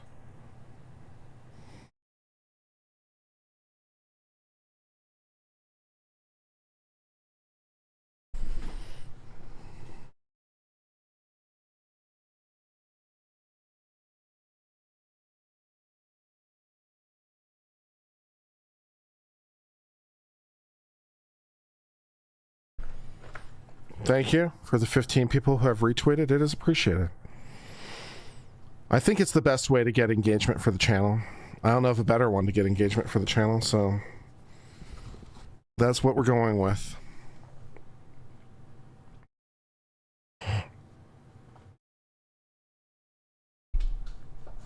When's my next cooking stream? Kind of when I feel like it. I kind of do them as the mood hits me. Is there a break? I think so, unless I... Oh, the thing froze. Hold on. Stream froze. Turning. I heard the Sorry. garage door open. Okay. Stream froze and I didn't notice. Well, all right. Well, you got better ears than I do. We talked about that before. You know what Chad Daybell did for a living, right? I know he was an author. I don't know other Wrote than that, books. yeah. And as I was listening to that, it sounded like someone was writing a book. Would you agree with that? Objection, Your Honor. I'm going to ask that the narrative be stricken. I think counsel can ask questions, but there's narrative being added. Well, that, I'm going to make a ruling, Mr. Pryor. So on the last question, I'll overrule that, but to the extent it does become more narrative, Ms. Blake, you can object again. Now, you know the name's Melanie Gibb. Yes. Did you ever interview her? I did. Okay. I've been full-time on And, YouTube for David about Warwick. I know the name, but I never interviewed him. I just could short of represent 2 you that years. she I've been was full-time YouTube. dating Melanie Gibb, eventually married Melanie Gibb. So That does sounds that about- recall? sounds about right. Refresher? Okay. Doesn't feel that long. And then but Zuluma Pastenes. Yes, I think that's right. All of these folks, members of the LDS faith. it's my understanding. Yes. Okay. And all of them have made numerous references to some, at least what I would consider unusual beliefs. True. Talking about, as members of the LDS faith, they talk about vibrations. We've heard that, right? Correct. They talk about probationary periods. I've heard that term. Yes. Right. And that deals with what you did in your life before in that particular faith, what your role was in life before, right? If you say so. Well, I'm asking you because I if don't. you don't know about that? I don't. Okay. And then there's some references to God and goddesses. You've heard about that, right? I have heard that. Yes. Okay. And in the reference to God and goddesses, are you aware that in the LDS faith that as you move forward, you become a god and a goddess in their faith?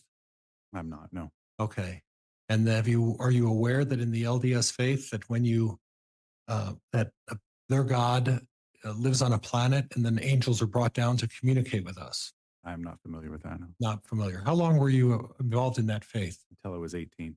Okay. So is it because you're not aware of it, or is it because you don't believe it was part of the faith? No, I chose to practice a different religion. Okay. So you're not aware. You're just telling me you don't know whether it's true or not. Correct. Okay. Thank you.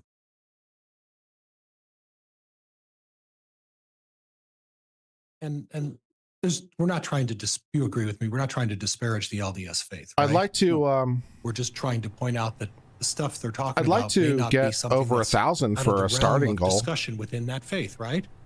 I'd agree. When you're talking about spirits and exercising spirits, such as I think if we had 1,000 people watching, that'd be Ned. good. I guess we talked about Ned, right? That wasn't with you, with Ned. Never mind. But that's all of this stuff because these folks were all actively involved in the LDS faith. These are things that came up as Your Honor, objection. Counsel stating facts, not in evidence. And again, this is a narrative. Sustained.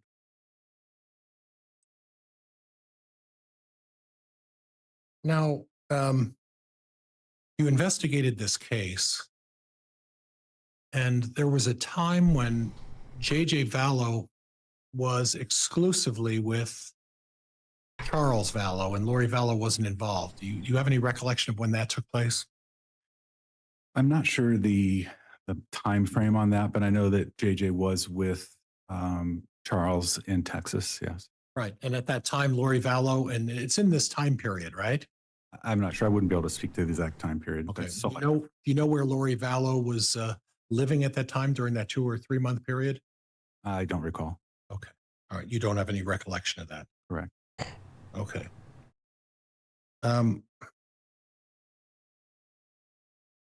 So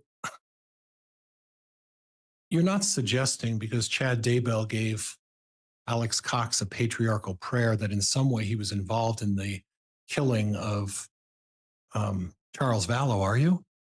I didn't say that. No. Okay. And from what I understand, and please correct me, you have 18 years more experience than I do. I have 0. Giving a patriarchal prayer to someone, regardless of whether you can do it or not, is that a crime in Maricopa County? No. Okay. You wouldn't think that's a crime anywhere, right? Correct. Okay. It may not be the best religious practice.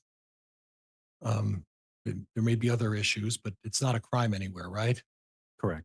And you would agree with me that just because you give someone a patriarchal prayer, a very, very long patriarchal prayer, that doesn't insinuate that you've committed any kind of a crime, right? Correct. Okay.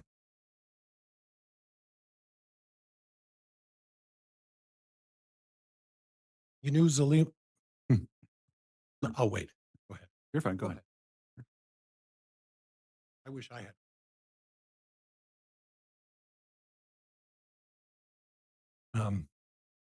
You knew about Zuluma Pastenes. Yes, I do. Okay, and tell me who she is again. So Zulema is the wife of Alex Cox. and also a friend of Lori Vallow. Okay. Now, the friend of Lori Vallow, do you have a recollection of when that friendship with Lori Vallow started approximately? I do not. Okay. But the friendship with Lori Vallow predated the marriage to Alex Cox. Yes, it did. And you would agree with me that the relationship between Lori Vallow and Alex Cox was close. I would agree. Yes. Oddly close? I don't know much about the relationship as far as the intimacy or how close it was. But yeah, I've heard it described as such, but I have no.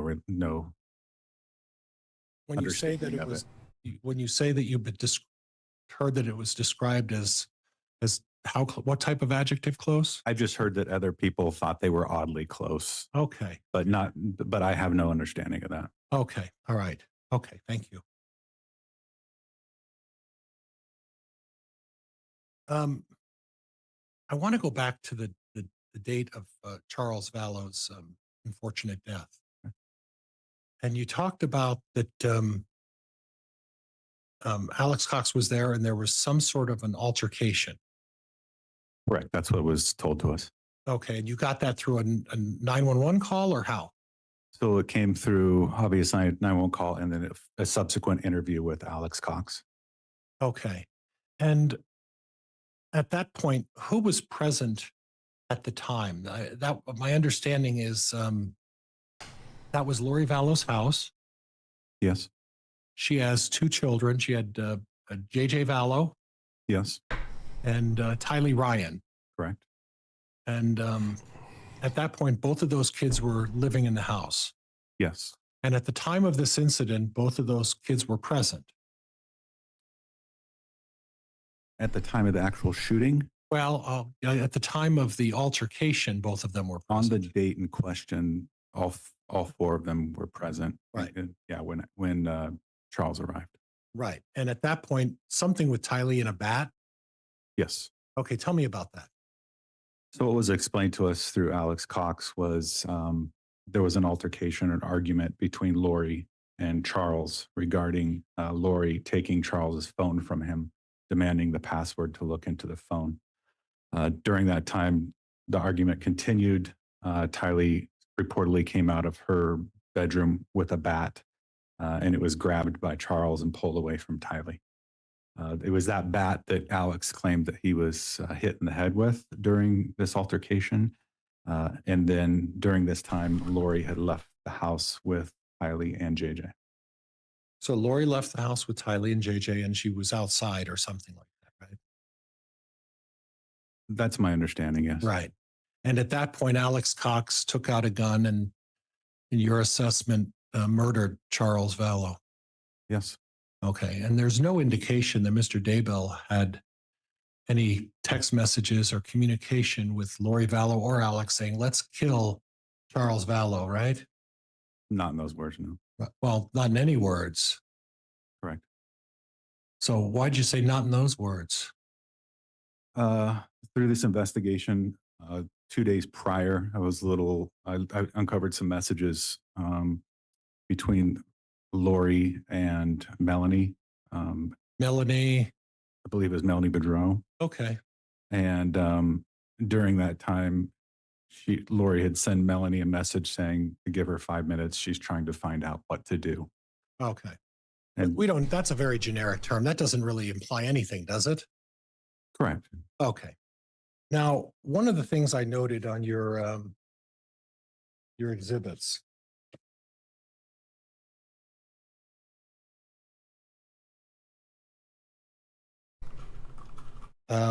You talked about, and this was on the Lori for Styles on the second page of your exhibit. It was, Could you reference which exhibit, please, Mr. Pryor? Judge, I don't have the number. It was the Lori for Styles. Well, maybe I do have the number. Might be 49. I think so, Judge. Could we hand that?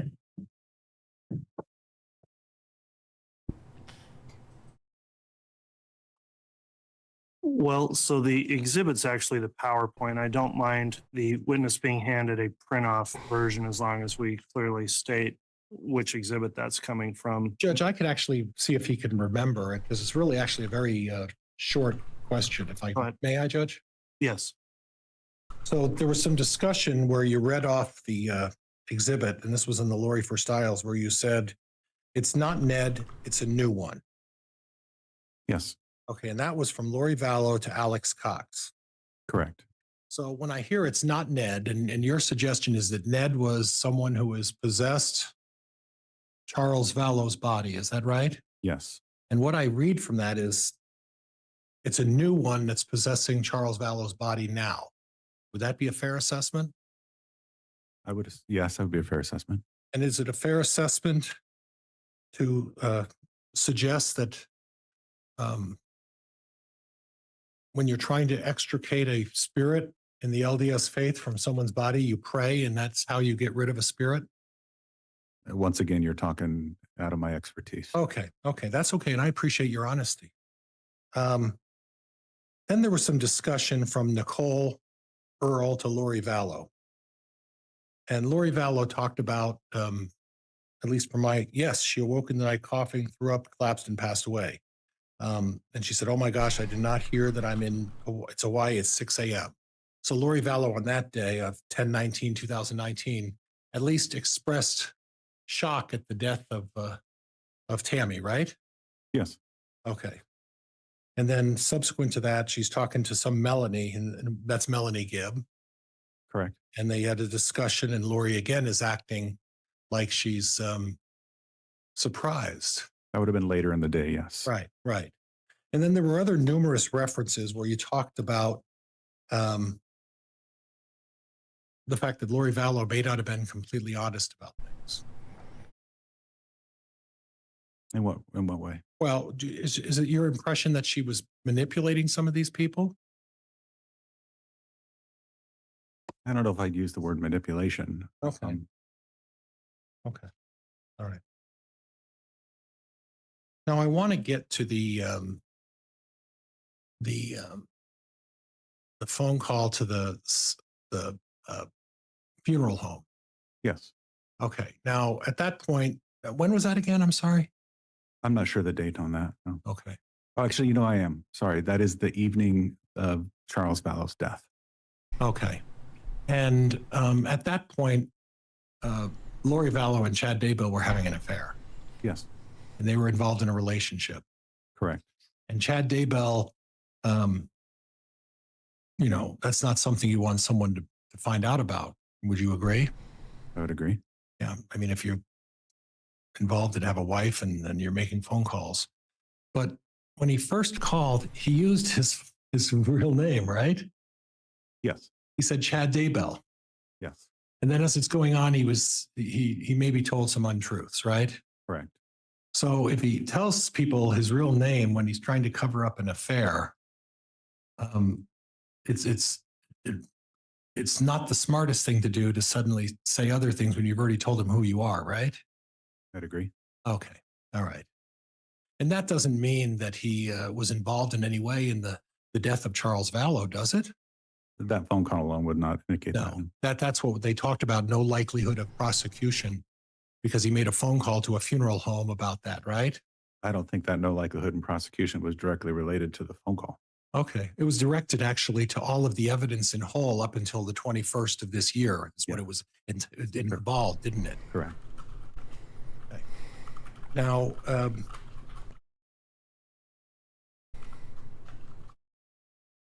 I want to go back and then we're done. I promise we're done. Okay. I want to go back to the parochial prayer. Did you have an occasion to look into Alex Cox's background a little bit? I did not know. Okay. Were you aware that this parochial prayer was approximately 2 weeks before Alex Cox passed away? That sounds about right, given the Okay. date. And Alex Cox, his death was ruled and determined after an investigation to be natural causes. Correct. So there was no funny business with Alex Cox, right? That we know of, yes. Well, they did an independent investigation, Yeah. right? Okay. Were you aware that prior to the parochial prayer that Alex had been seeking medical treatment for a number of medical maladies? I was not. Were you aware that Alex traveled to Mexico to get You're on. Actually, I'll withdraw. Go ahead. You can continue, Mr. Pryor. Are you aware that Alex Cox traveled to Mexico before that to seek cheap medical prescripting drugs to treat medical maladies that he was suffering from? I am aware of that, yes. Okay. And you were aware that because of Alex Cox's illness, that Chad Daybell, at the request of Lori Vallow, gave Alex Cox a parochial prayer? I don't know if that's the reason why I gave it. Okay. All right. Judge, I have nothing else. Thank you, Your Honor. All right, that'll conclude cross. This Oh, time we thank can God. Have the states redirect. Okay, guys, I need to step away for like 5 or something. I need to step outside and remind myself that like there is an outside. I'm just gonna step on my balcony because I just need 5.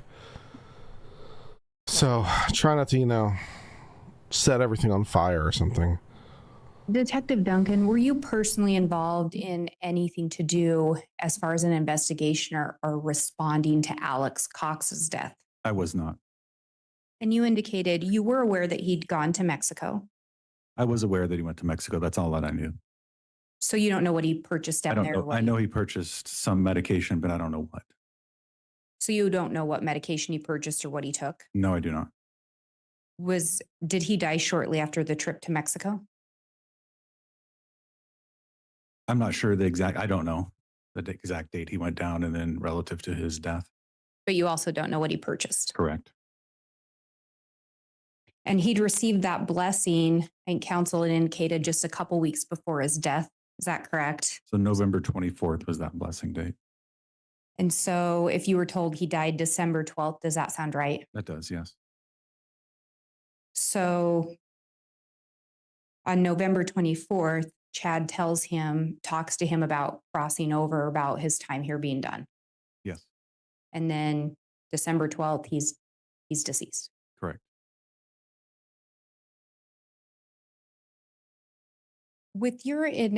When you're doing a homicide investigation, is a focal point the day of the actual killing? Yes, So in this case, is it fair to say that you really focused in on July 11th? correct. And then ultimately, did you look at times before and after July 11th as part of your investigation? Yes, I did. And to be clear, I guess for the jury's benefit as well, July 11th of 2019. That is correct. So you were asked about these messages that were deleted from between Chad and Lori. Yes, Is that why you included those and focused in on them? absolutely. And the content was missing, Correct. but they were in fact sent in close proximity to the time Charles was killed. Yes, And I think counsel had asked you, or you had started to answer a question from counsel about some messages between Lori and Melanie around the time of that July 11th date. Counsel cut you off. yes. Could you finish what you were saying there? Yes, as I indicated that on the 9th of July, there was some conversation or text message that Lori sent to Melanie to give her 5 minutes that she was trying to figure out what to do. At that time, she was talking to Chad Daybell on the phone. You were also asked about a couple of assessments that you made. And one of them, counsel asked, was it your assessment that Alex murdered Charles? Yes, In your assessment, did he act alone? I don't think he did, no. You were asked a lot about what the prosecutor recommended in relation to Chad Daybell and Charles killing. Yes, Was something submitted to them to review in relation to Chad Daybell? yes, And you were also asked if the text messages alone made you think Chad Daybell was involved. correct, And you were asked if the blessing alone made you think he was involved. correct. And you were asked, I think, about some other things to say, and I think your response was not alone, Correct. that alone didn't. Counsel asked about your assessment. In your assessment, Did you recommend charges for Chad Daybell? I did. I have no further questions. All right. Thank you, Ms. Blake. Any Judge, recross? recross? If you may, yes. Your Honor, I would object to recross. I don't think I went outside the scope. Oh, he went in. If we're outside on recross, raise an objection. Otherwise, I'll permit it.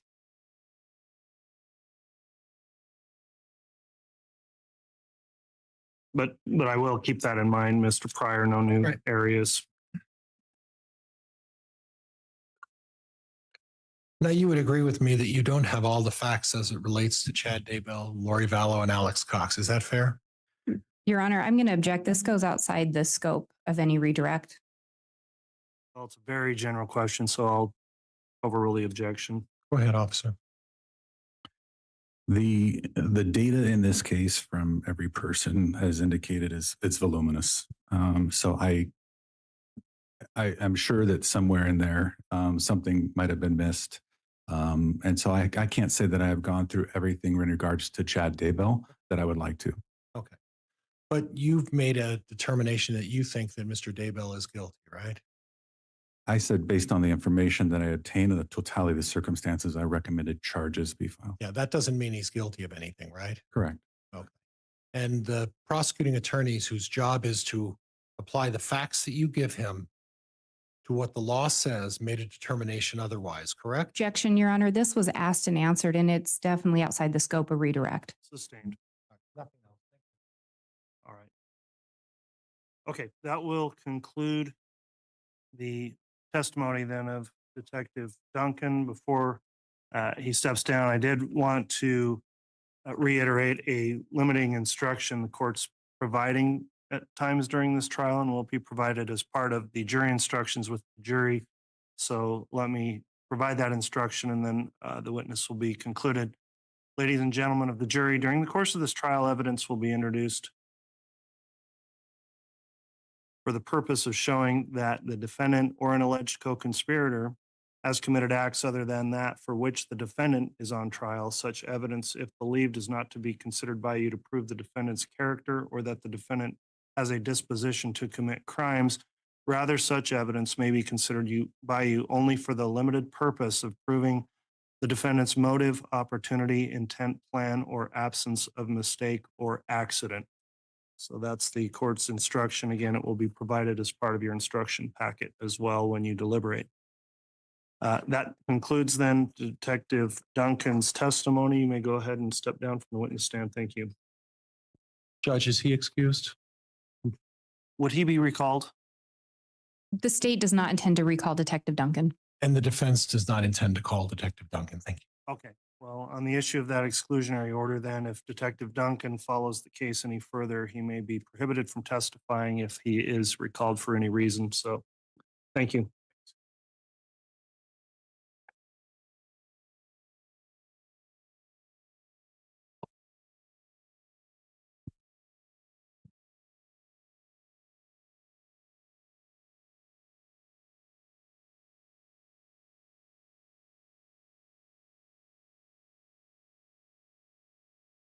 All right, counsel, I wanted to continue on to 3:30 if we could today. Does the state have another witness they'd like to start with, or do you want to discuss scheduling?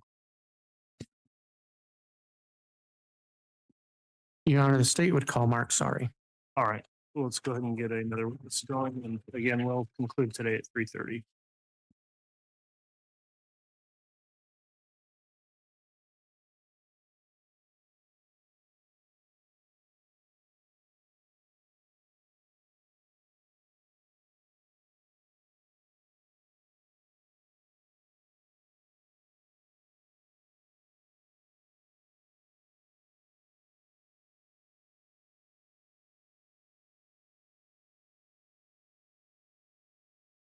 solemnly swear or affirm the testimony you're about to give will be the truth, the whole truth, and nothing but the truth, so help you God.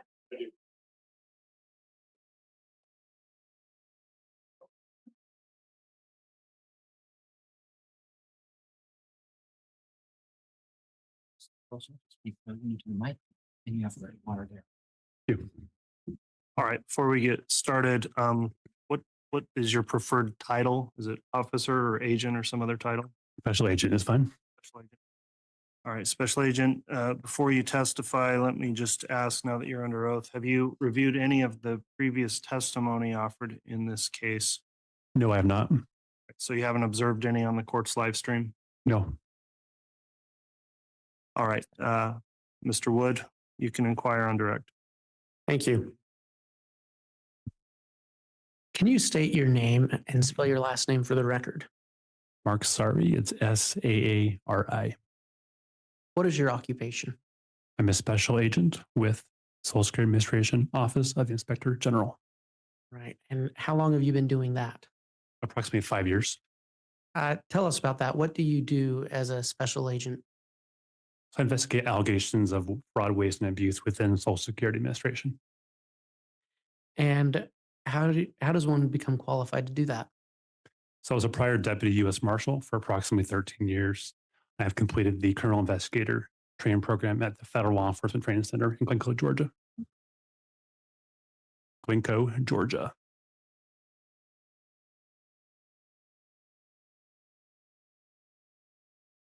How did you become involved in the investigation regarding Tylee Ryan and J.J. Vallow?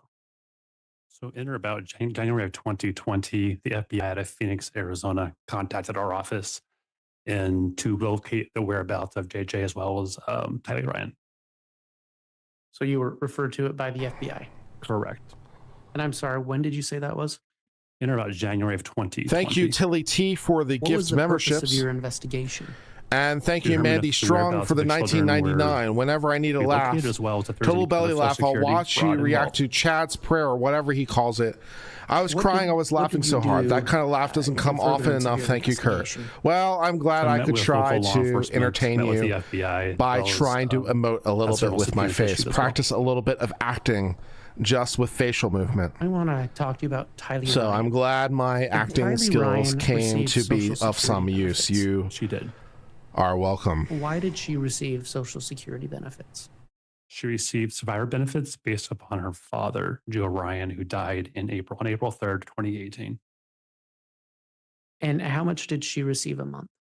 Approximately $18.59 per month. Where she was a minor child, was there a guardian or someone who represented her in those payments? Yes. Is there a name for that individual? Lori Vallow. And is there a specific, is it fair to call her a representative payee? Correct.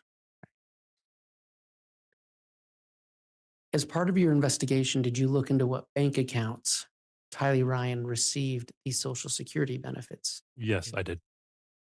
Do you know what bank account she received those benefits in? It was to a JP Morgan Chase account. And do you know if where she was a minor, was her mother also on that account? I believe she was, yes. Did the bank account she received payments into ever change? Yes. What did it change to? To a BBVA account. And do you know when that happened? On or about August 20th of 2019. Would there have been a notice regarding that changed mailed to the representative payee or Tylee? Yes. And through your would that have been an automatically generated notice? Yes, correct. And in your investigation, have you uncovered such a document? I have. Your Honor, I'd ask that the witness be handed States Exhibit 114A. Yes. And you can save a trip. He's already had provided me a copy, and I'm no objection, Judge. All right, I'll quickly look. Your Honor, I just realized I did not provide courtesy copies to the court earlier as well. Okay, and I'll just take a look at it as well. All right, Exhibit 114A has been offered without objection. It is admitted.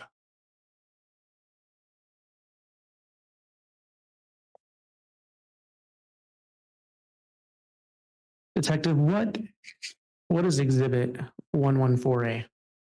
This is a notice sent by the Social Security Administration to Lori Vallow on behalf of Tylee Ryan on August 27th, 2019, notifying of the bank change that happened.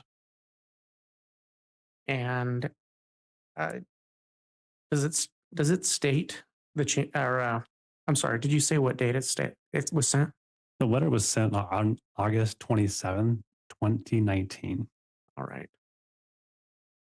And this just establishes that that bank account changed. Correct.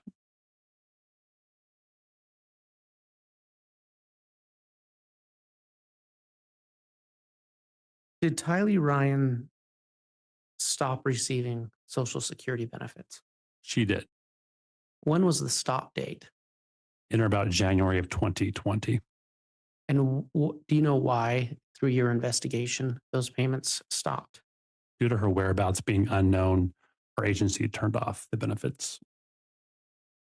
And are you aware of a last known sighting of Tylee Ryan? Judge, I'm going to object. It's calling for him to make a determination based on hearsay. The way that question's worded, I'll sustain that. I'll retract the question. you. I want to talk to you really quickly about JJ Vallow. Pursuant to your investigation, did JJ Vallow receive Social Security benefits? You Yes. missed Chad's prayer. Why did Dude, JJ Vallow start save receiving Social yourself. Security benefits? Due to Dude, his don't father, go. Don't Charles watch Vallow, it. Save dying yourself. on July 11th of 2019, And do you know how much he received? $19.51 per month. And do you know when those payments began? It's in September 18th, I believe, of 2019. Did he also have a representative payee? He did. Who was his representative payee? Lori Vallow. Okay, so the same as Tylee's. Correct. Do you know when JJ Vallow, or did JJ Vallow's payments stop?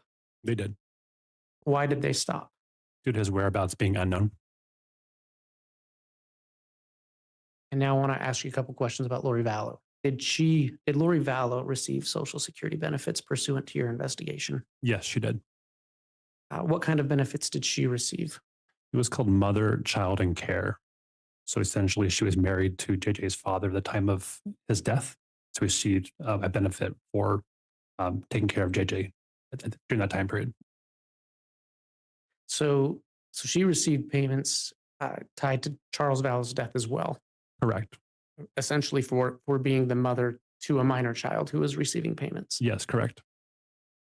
And do you know when those payments started? It would have been the same day as JJ, so on or about September 18, 2019, And do you know what her monthly payment was? approximately $19.51 per month. Did the monthly amount she received ever change? It did. Do you know why? In January 2020, I believe there was a small U.S. Treasury reclamation, or money was taken away from the account based on her a debt she owed, I believe, to the U.S. Treasury. And did her payments ever end? They did, Why did they end? due to JJ's whereabouts being unknown.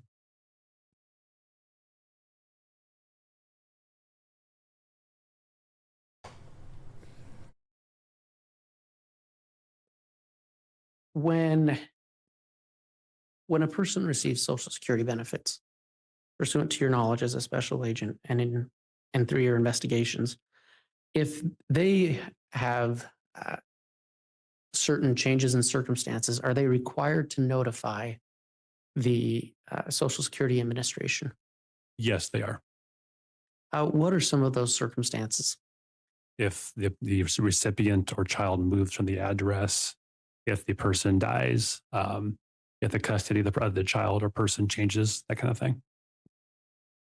In fact, and are individuals who receive Social Security benefits, are they notified that they are required to give that notice to the Social Security Administration? They are. Your Honor, I'd ask that the witness be handed States Exhibit 114B. There won't be an objection to that either, Judge. Okay, I'll just briefly review that before it's admitted.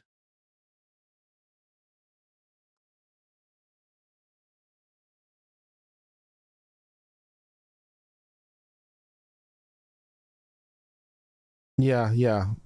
Social Security for the children. Yeah. So that would be illicitly obtained benefits, which is a problem. Exhibit 114B is admitted. Thank you. And may I publish that to the jury? You may.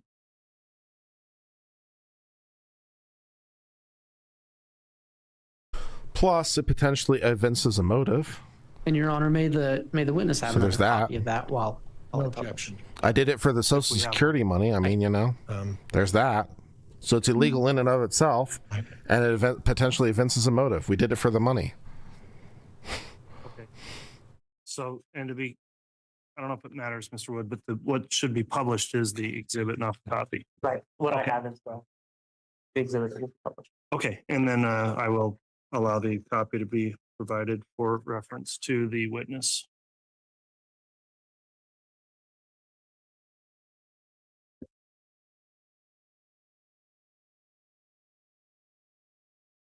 Special Agent, what is this document? This is the copy of the reporting responsibilities that were given to Lori Vallow upon the application for JJ Vallow. And would that have been an automatically generated document? Yes, correct. And it would have been mailed to her? Either mailed or handed to her directly. Either two of those would have happened, correct? All right. And you said this lays out the notification requirements. It does. And what page is that on?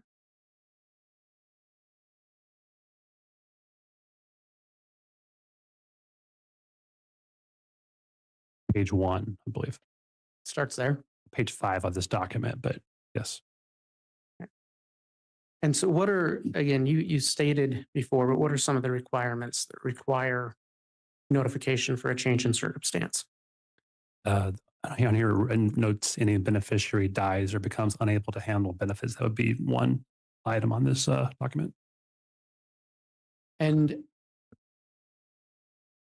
if a beneficiary moves, are they required to notify the Social Security Administration of that change? They are. And you stated earlier, if one of the child beneficiary dies, they're required to report that? Yes, correct. If a person such as Lori Vallow, who's receiving parent and care payments, if they remarry, are they required to provide that information? They are.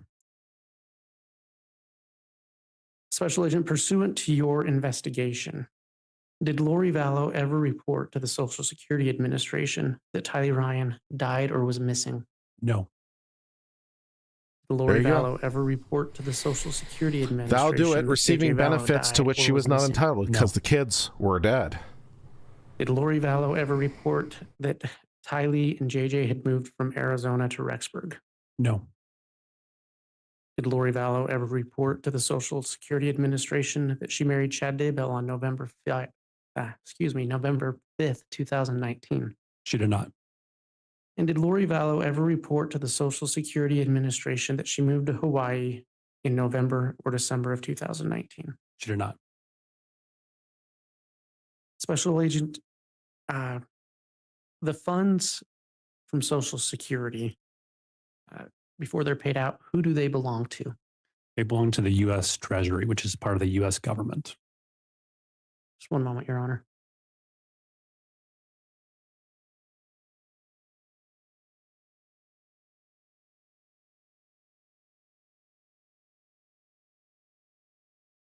Your Honor, the state has no further questions for this witness. Very well. I'll allow cross at this time then, Mr. Pryor. Thank you, Judge. This is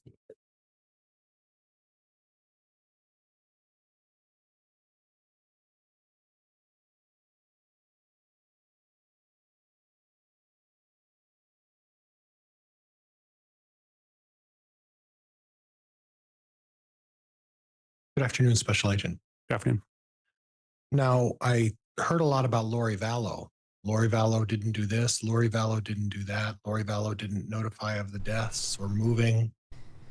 Are any of these documents or is this case involved in any capacity with Chad Daybell? No. Chad Daybell's not on any of the documents. Correct. Chad Daybell is not under any obligation to report that he married anybody in particular, correct? Correct. And Lori Vallow is the one, if she's failing to do any of these acts, Mr. Daybell is not obligated to say anything, correct? Sorry, repeat the question again. Well, Lori married Chad Daybell. At that point, is Mr. Daybell obligated under the Treasury laws to Yeah, report he's charged that with to the financial fraud. Treasury Department for Lori Vallow's SSA payments? I think if he were aware that there was a violation of what's happening with the reporting responsibilities, it would probably be a problem for him. I would agree with that, actually. Okay. To repeat that, if he was aware that she had responsibility to report that, and that's actually a federal violation, and he was aware of that, did not support that, I believe that would be a problem actually for our agency to investigate. It could be a problem. It could be, correct. But primarily the person who's failing to report making those representations is the one who's primarily criminally responsible. Would you agree with that? That's probably accurate, I would say, yes. Yeah. And it would be unusual for a spouse to report on their own spouse that, oh, by the way, they're not, they didn't report about the benefits. It's really the onus is on the person receiving the financial assistance, right? I would say so. And that financial assistance was being put into Lori Vallow's independent account, correct? Correct. Okay. Okay. Now, if I'm adding this up correctly, you said Lori Vallow was getting $18.59 a month, commencing when? In or about September 18, 2019. And was that because of a death? What was the For reason for that check? JJ or for Tylee? for Tylee? That was for her father dying in 2018. Tylee's father dying. Correct. Okay, so Tylee's father died, and Lori Vallow. Do you know when did that come in? That check started? For Tylee? Yeah. Her father died in April of 2018, so she applied for benefits after that date. Okay, so he died in April of 2018. Okay, and at that point, she was getting 18, or after she applied, she was starting in September of 2018. She was getting $18.59 a month, right? September of 2019, she was receiving $18.59 per month. Every year increases based off of COLA, so it would have been a little bit less, I believe, in the previous year to that. Okay. And at the same time, she was also getting this mother-child care as well, right?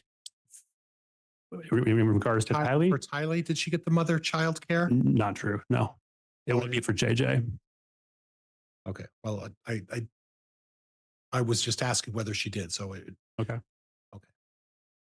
And then JJ started getting the Social Security payments. Is that right? In September of 2019, correct. Okay. As far as Tylee is concerned, the Social Security payments end when? In January of 2020. In January of 2020, the payments would end, right? Is that what you said? Based upon our stopping the benefits for her, correct? Yes. Okay, what about age? When do the benefits end as far as age? If she turned 18, they would have stopped. So if Tylee had turned 18 years of age, they would have stopped automatically anyway, correct? Correct. And at the time of Tylee's death, do you know how old she was? I don't have the exact age for her at that time. I don't. Okay, that's okay. Yeah. That's okay.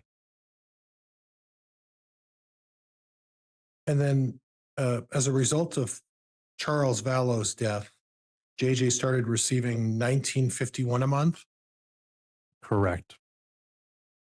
So my math is not great.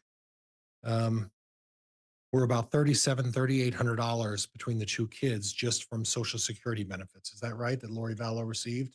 Are you asking per month or what time period? Per month. I'd have to add it up, but it'd be 1951 times 2 plus 1859 per month. So I don't have a calculator. Oh, I'm sorry. That's right. The child throws another $1,900 in there as well, right? Mother, child, and care, correct? So 39 and 18, we're north of $4,800, $5,800 a month approximately, right? I'd have to add it up, but it sounds right to me. Okay. And that's money that she receives every month. And only because her third husband died, right?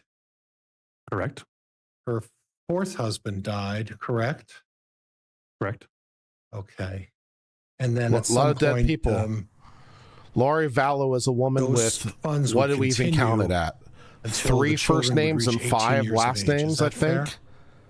They would with one caveat. It's been a while since I If he had counted. sent a letter to her address in that time period and the letters were being returned to us, we would have stopped benefits immediately based off of that happening. So at some point, we would have probably been sending letters to the address in Arizona.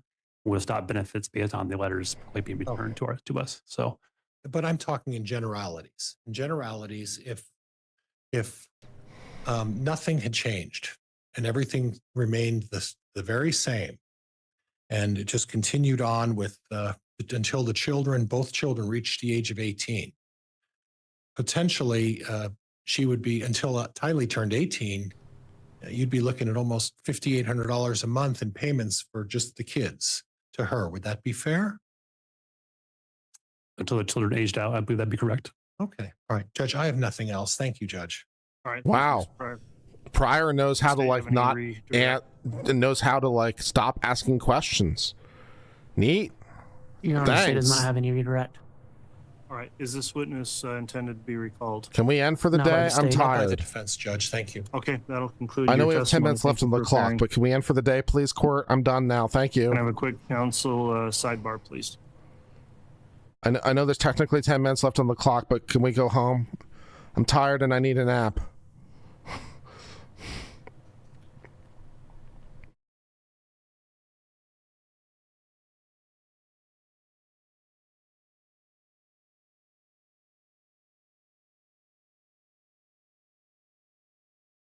I think the prayer was what did it, guys. The prayer was what did me in. I was doing okay right up until then. And then we had the prayer, and I have not recovered.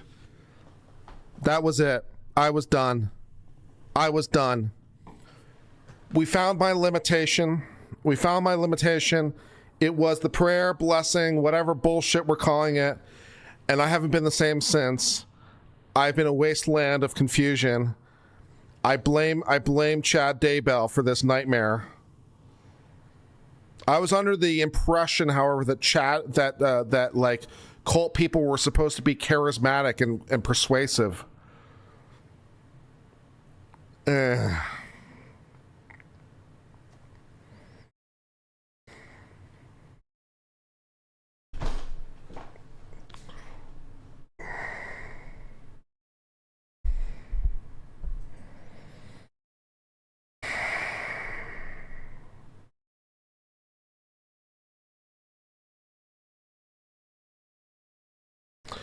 Let me tell you, you would have to donate quite a lot of money to the channel for us to listen to that prayer again. I'm going to bill you. I'm going to bill you hard.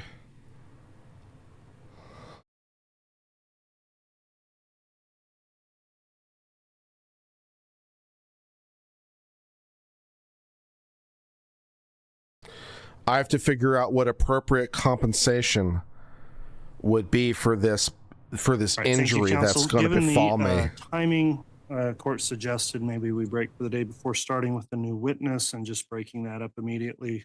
So is the state okay to conclude for the day? And if so, who will be taking the stand tomorrow morning? We are good to conclude, and Chuck and Sidus will be starting in the morning. All right, is the defense okay if we stop now? Yes, Judge. Thank you. All right, ladies and gentlemen of the jury, then thank you for your All attendance. right, great. We're today. done. Thanks. Bye. Holy shit. Okay, thanks. Bye. We're done. Shit. Damn. What a day. What a day. What a day. Can I please make a short of the prayer? I don't think that's good for anybody. I feel like that is not a good idea.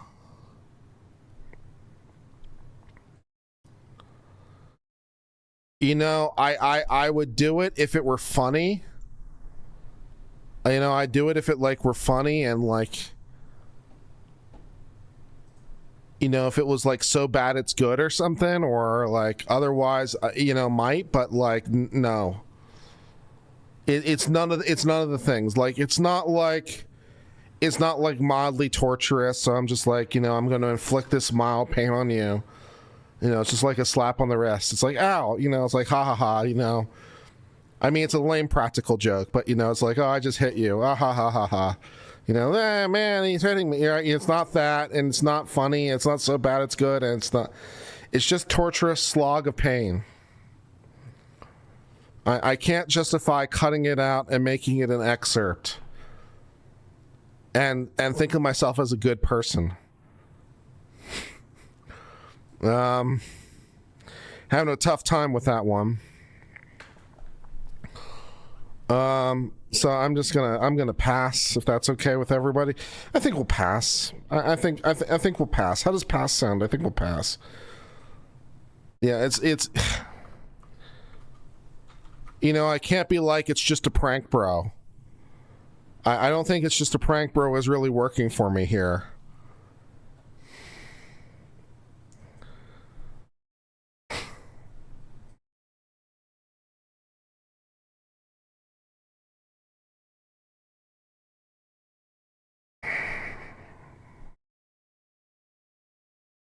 I mean, it's not even fun. It's not even really fun for me to like threaten the chat with it, right? Because sometimes I'll do that, right? Sometimes something will be bad or unenjoyable, and I'm like, hey, if you the chat are bad, you know what I'm gonna do? I'm gonna do the thing, and you guys are all like, no, don't do the thing, Kurt. That's not fair. And I'm like, ha ha ha ha ha.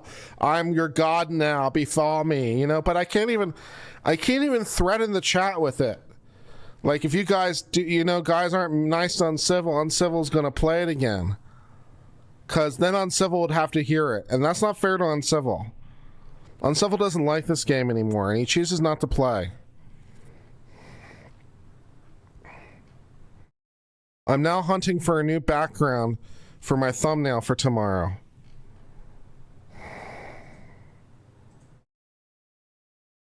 I wonder if this leopard print kind of one would work. It might be a bit much.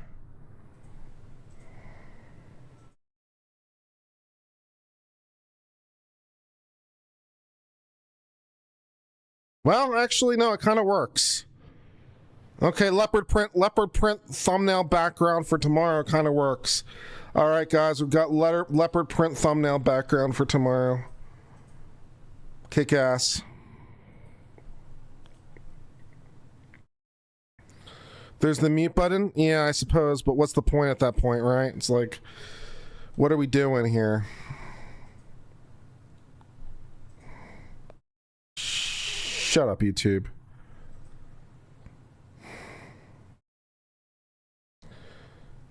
All right, so I want to reuse these settings. Tomorrow's going to be the 17th. Change the thumbnail. I'm going to start changing the backgrounds of the thumbnails every time so that they are a little bit more varied, because I've been using the same background for the thumbnail every time and it's a little much. So I'm going to change the background, or I'm going to try to change the background. I'm going to try to remember to change the background so that it's a little bit more distinct and a little bit more fun. That's the theory I'm going with now.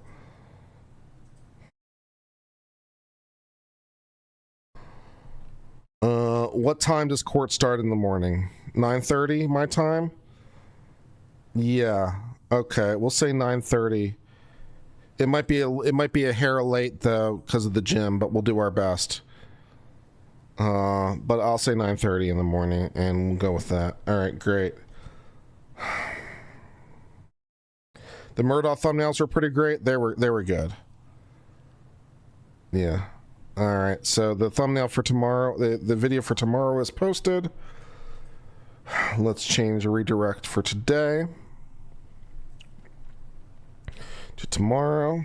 Cool. All right, good.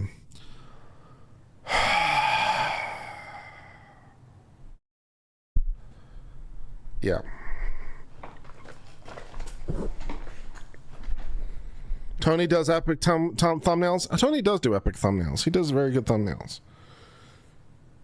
But the thumbnail I have now, I think, is pretty good. It's just Chad's face with some background and some details. It's plain, it's clean, it's interesting.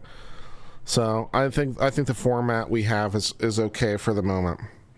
Am I going to the gym tomorrow? Is that what I'm doing? I've lost sense of time. What day is it? It's Tuesday? Okay. So I'm supposed to go to the gym tomorrow. Okay, cool. All right. Let's read some more. Let's read some more. Should we read some more? There's only 200 of you here. Who am I reading to? I don't even know.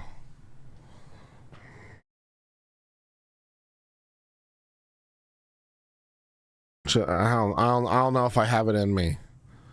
I don't know if I have it in me to read. I'm kind of tired.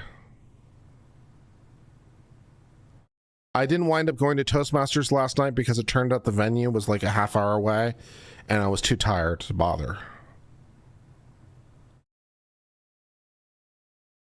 Read to you? Take a break? Yeah, let's take a break. Let's take a break. My heart's just not in it. My heart's just not in it, and I don't want to give you guys a bad performance. You know, I have to give you guys a decent performance because the material I have to work with leaves something to be desired, so I have to, like, pick up my game. So, you know, But I'm going to try to take a quick nap, and then I'm going to try to actually write some today for my petition. I may or may not write it on stream. I don't have very much to write, I think, today. Like, I just need, I think, one more beat. I've got, like, 3 reasons the Supreme Court should grant this case, but I feel like I need a 4th beat. So I'm going to try to write a 4th beat tonight. See if I can conjure up a 4th reason the Supreme Court should grant review.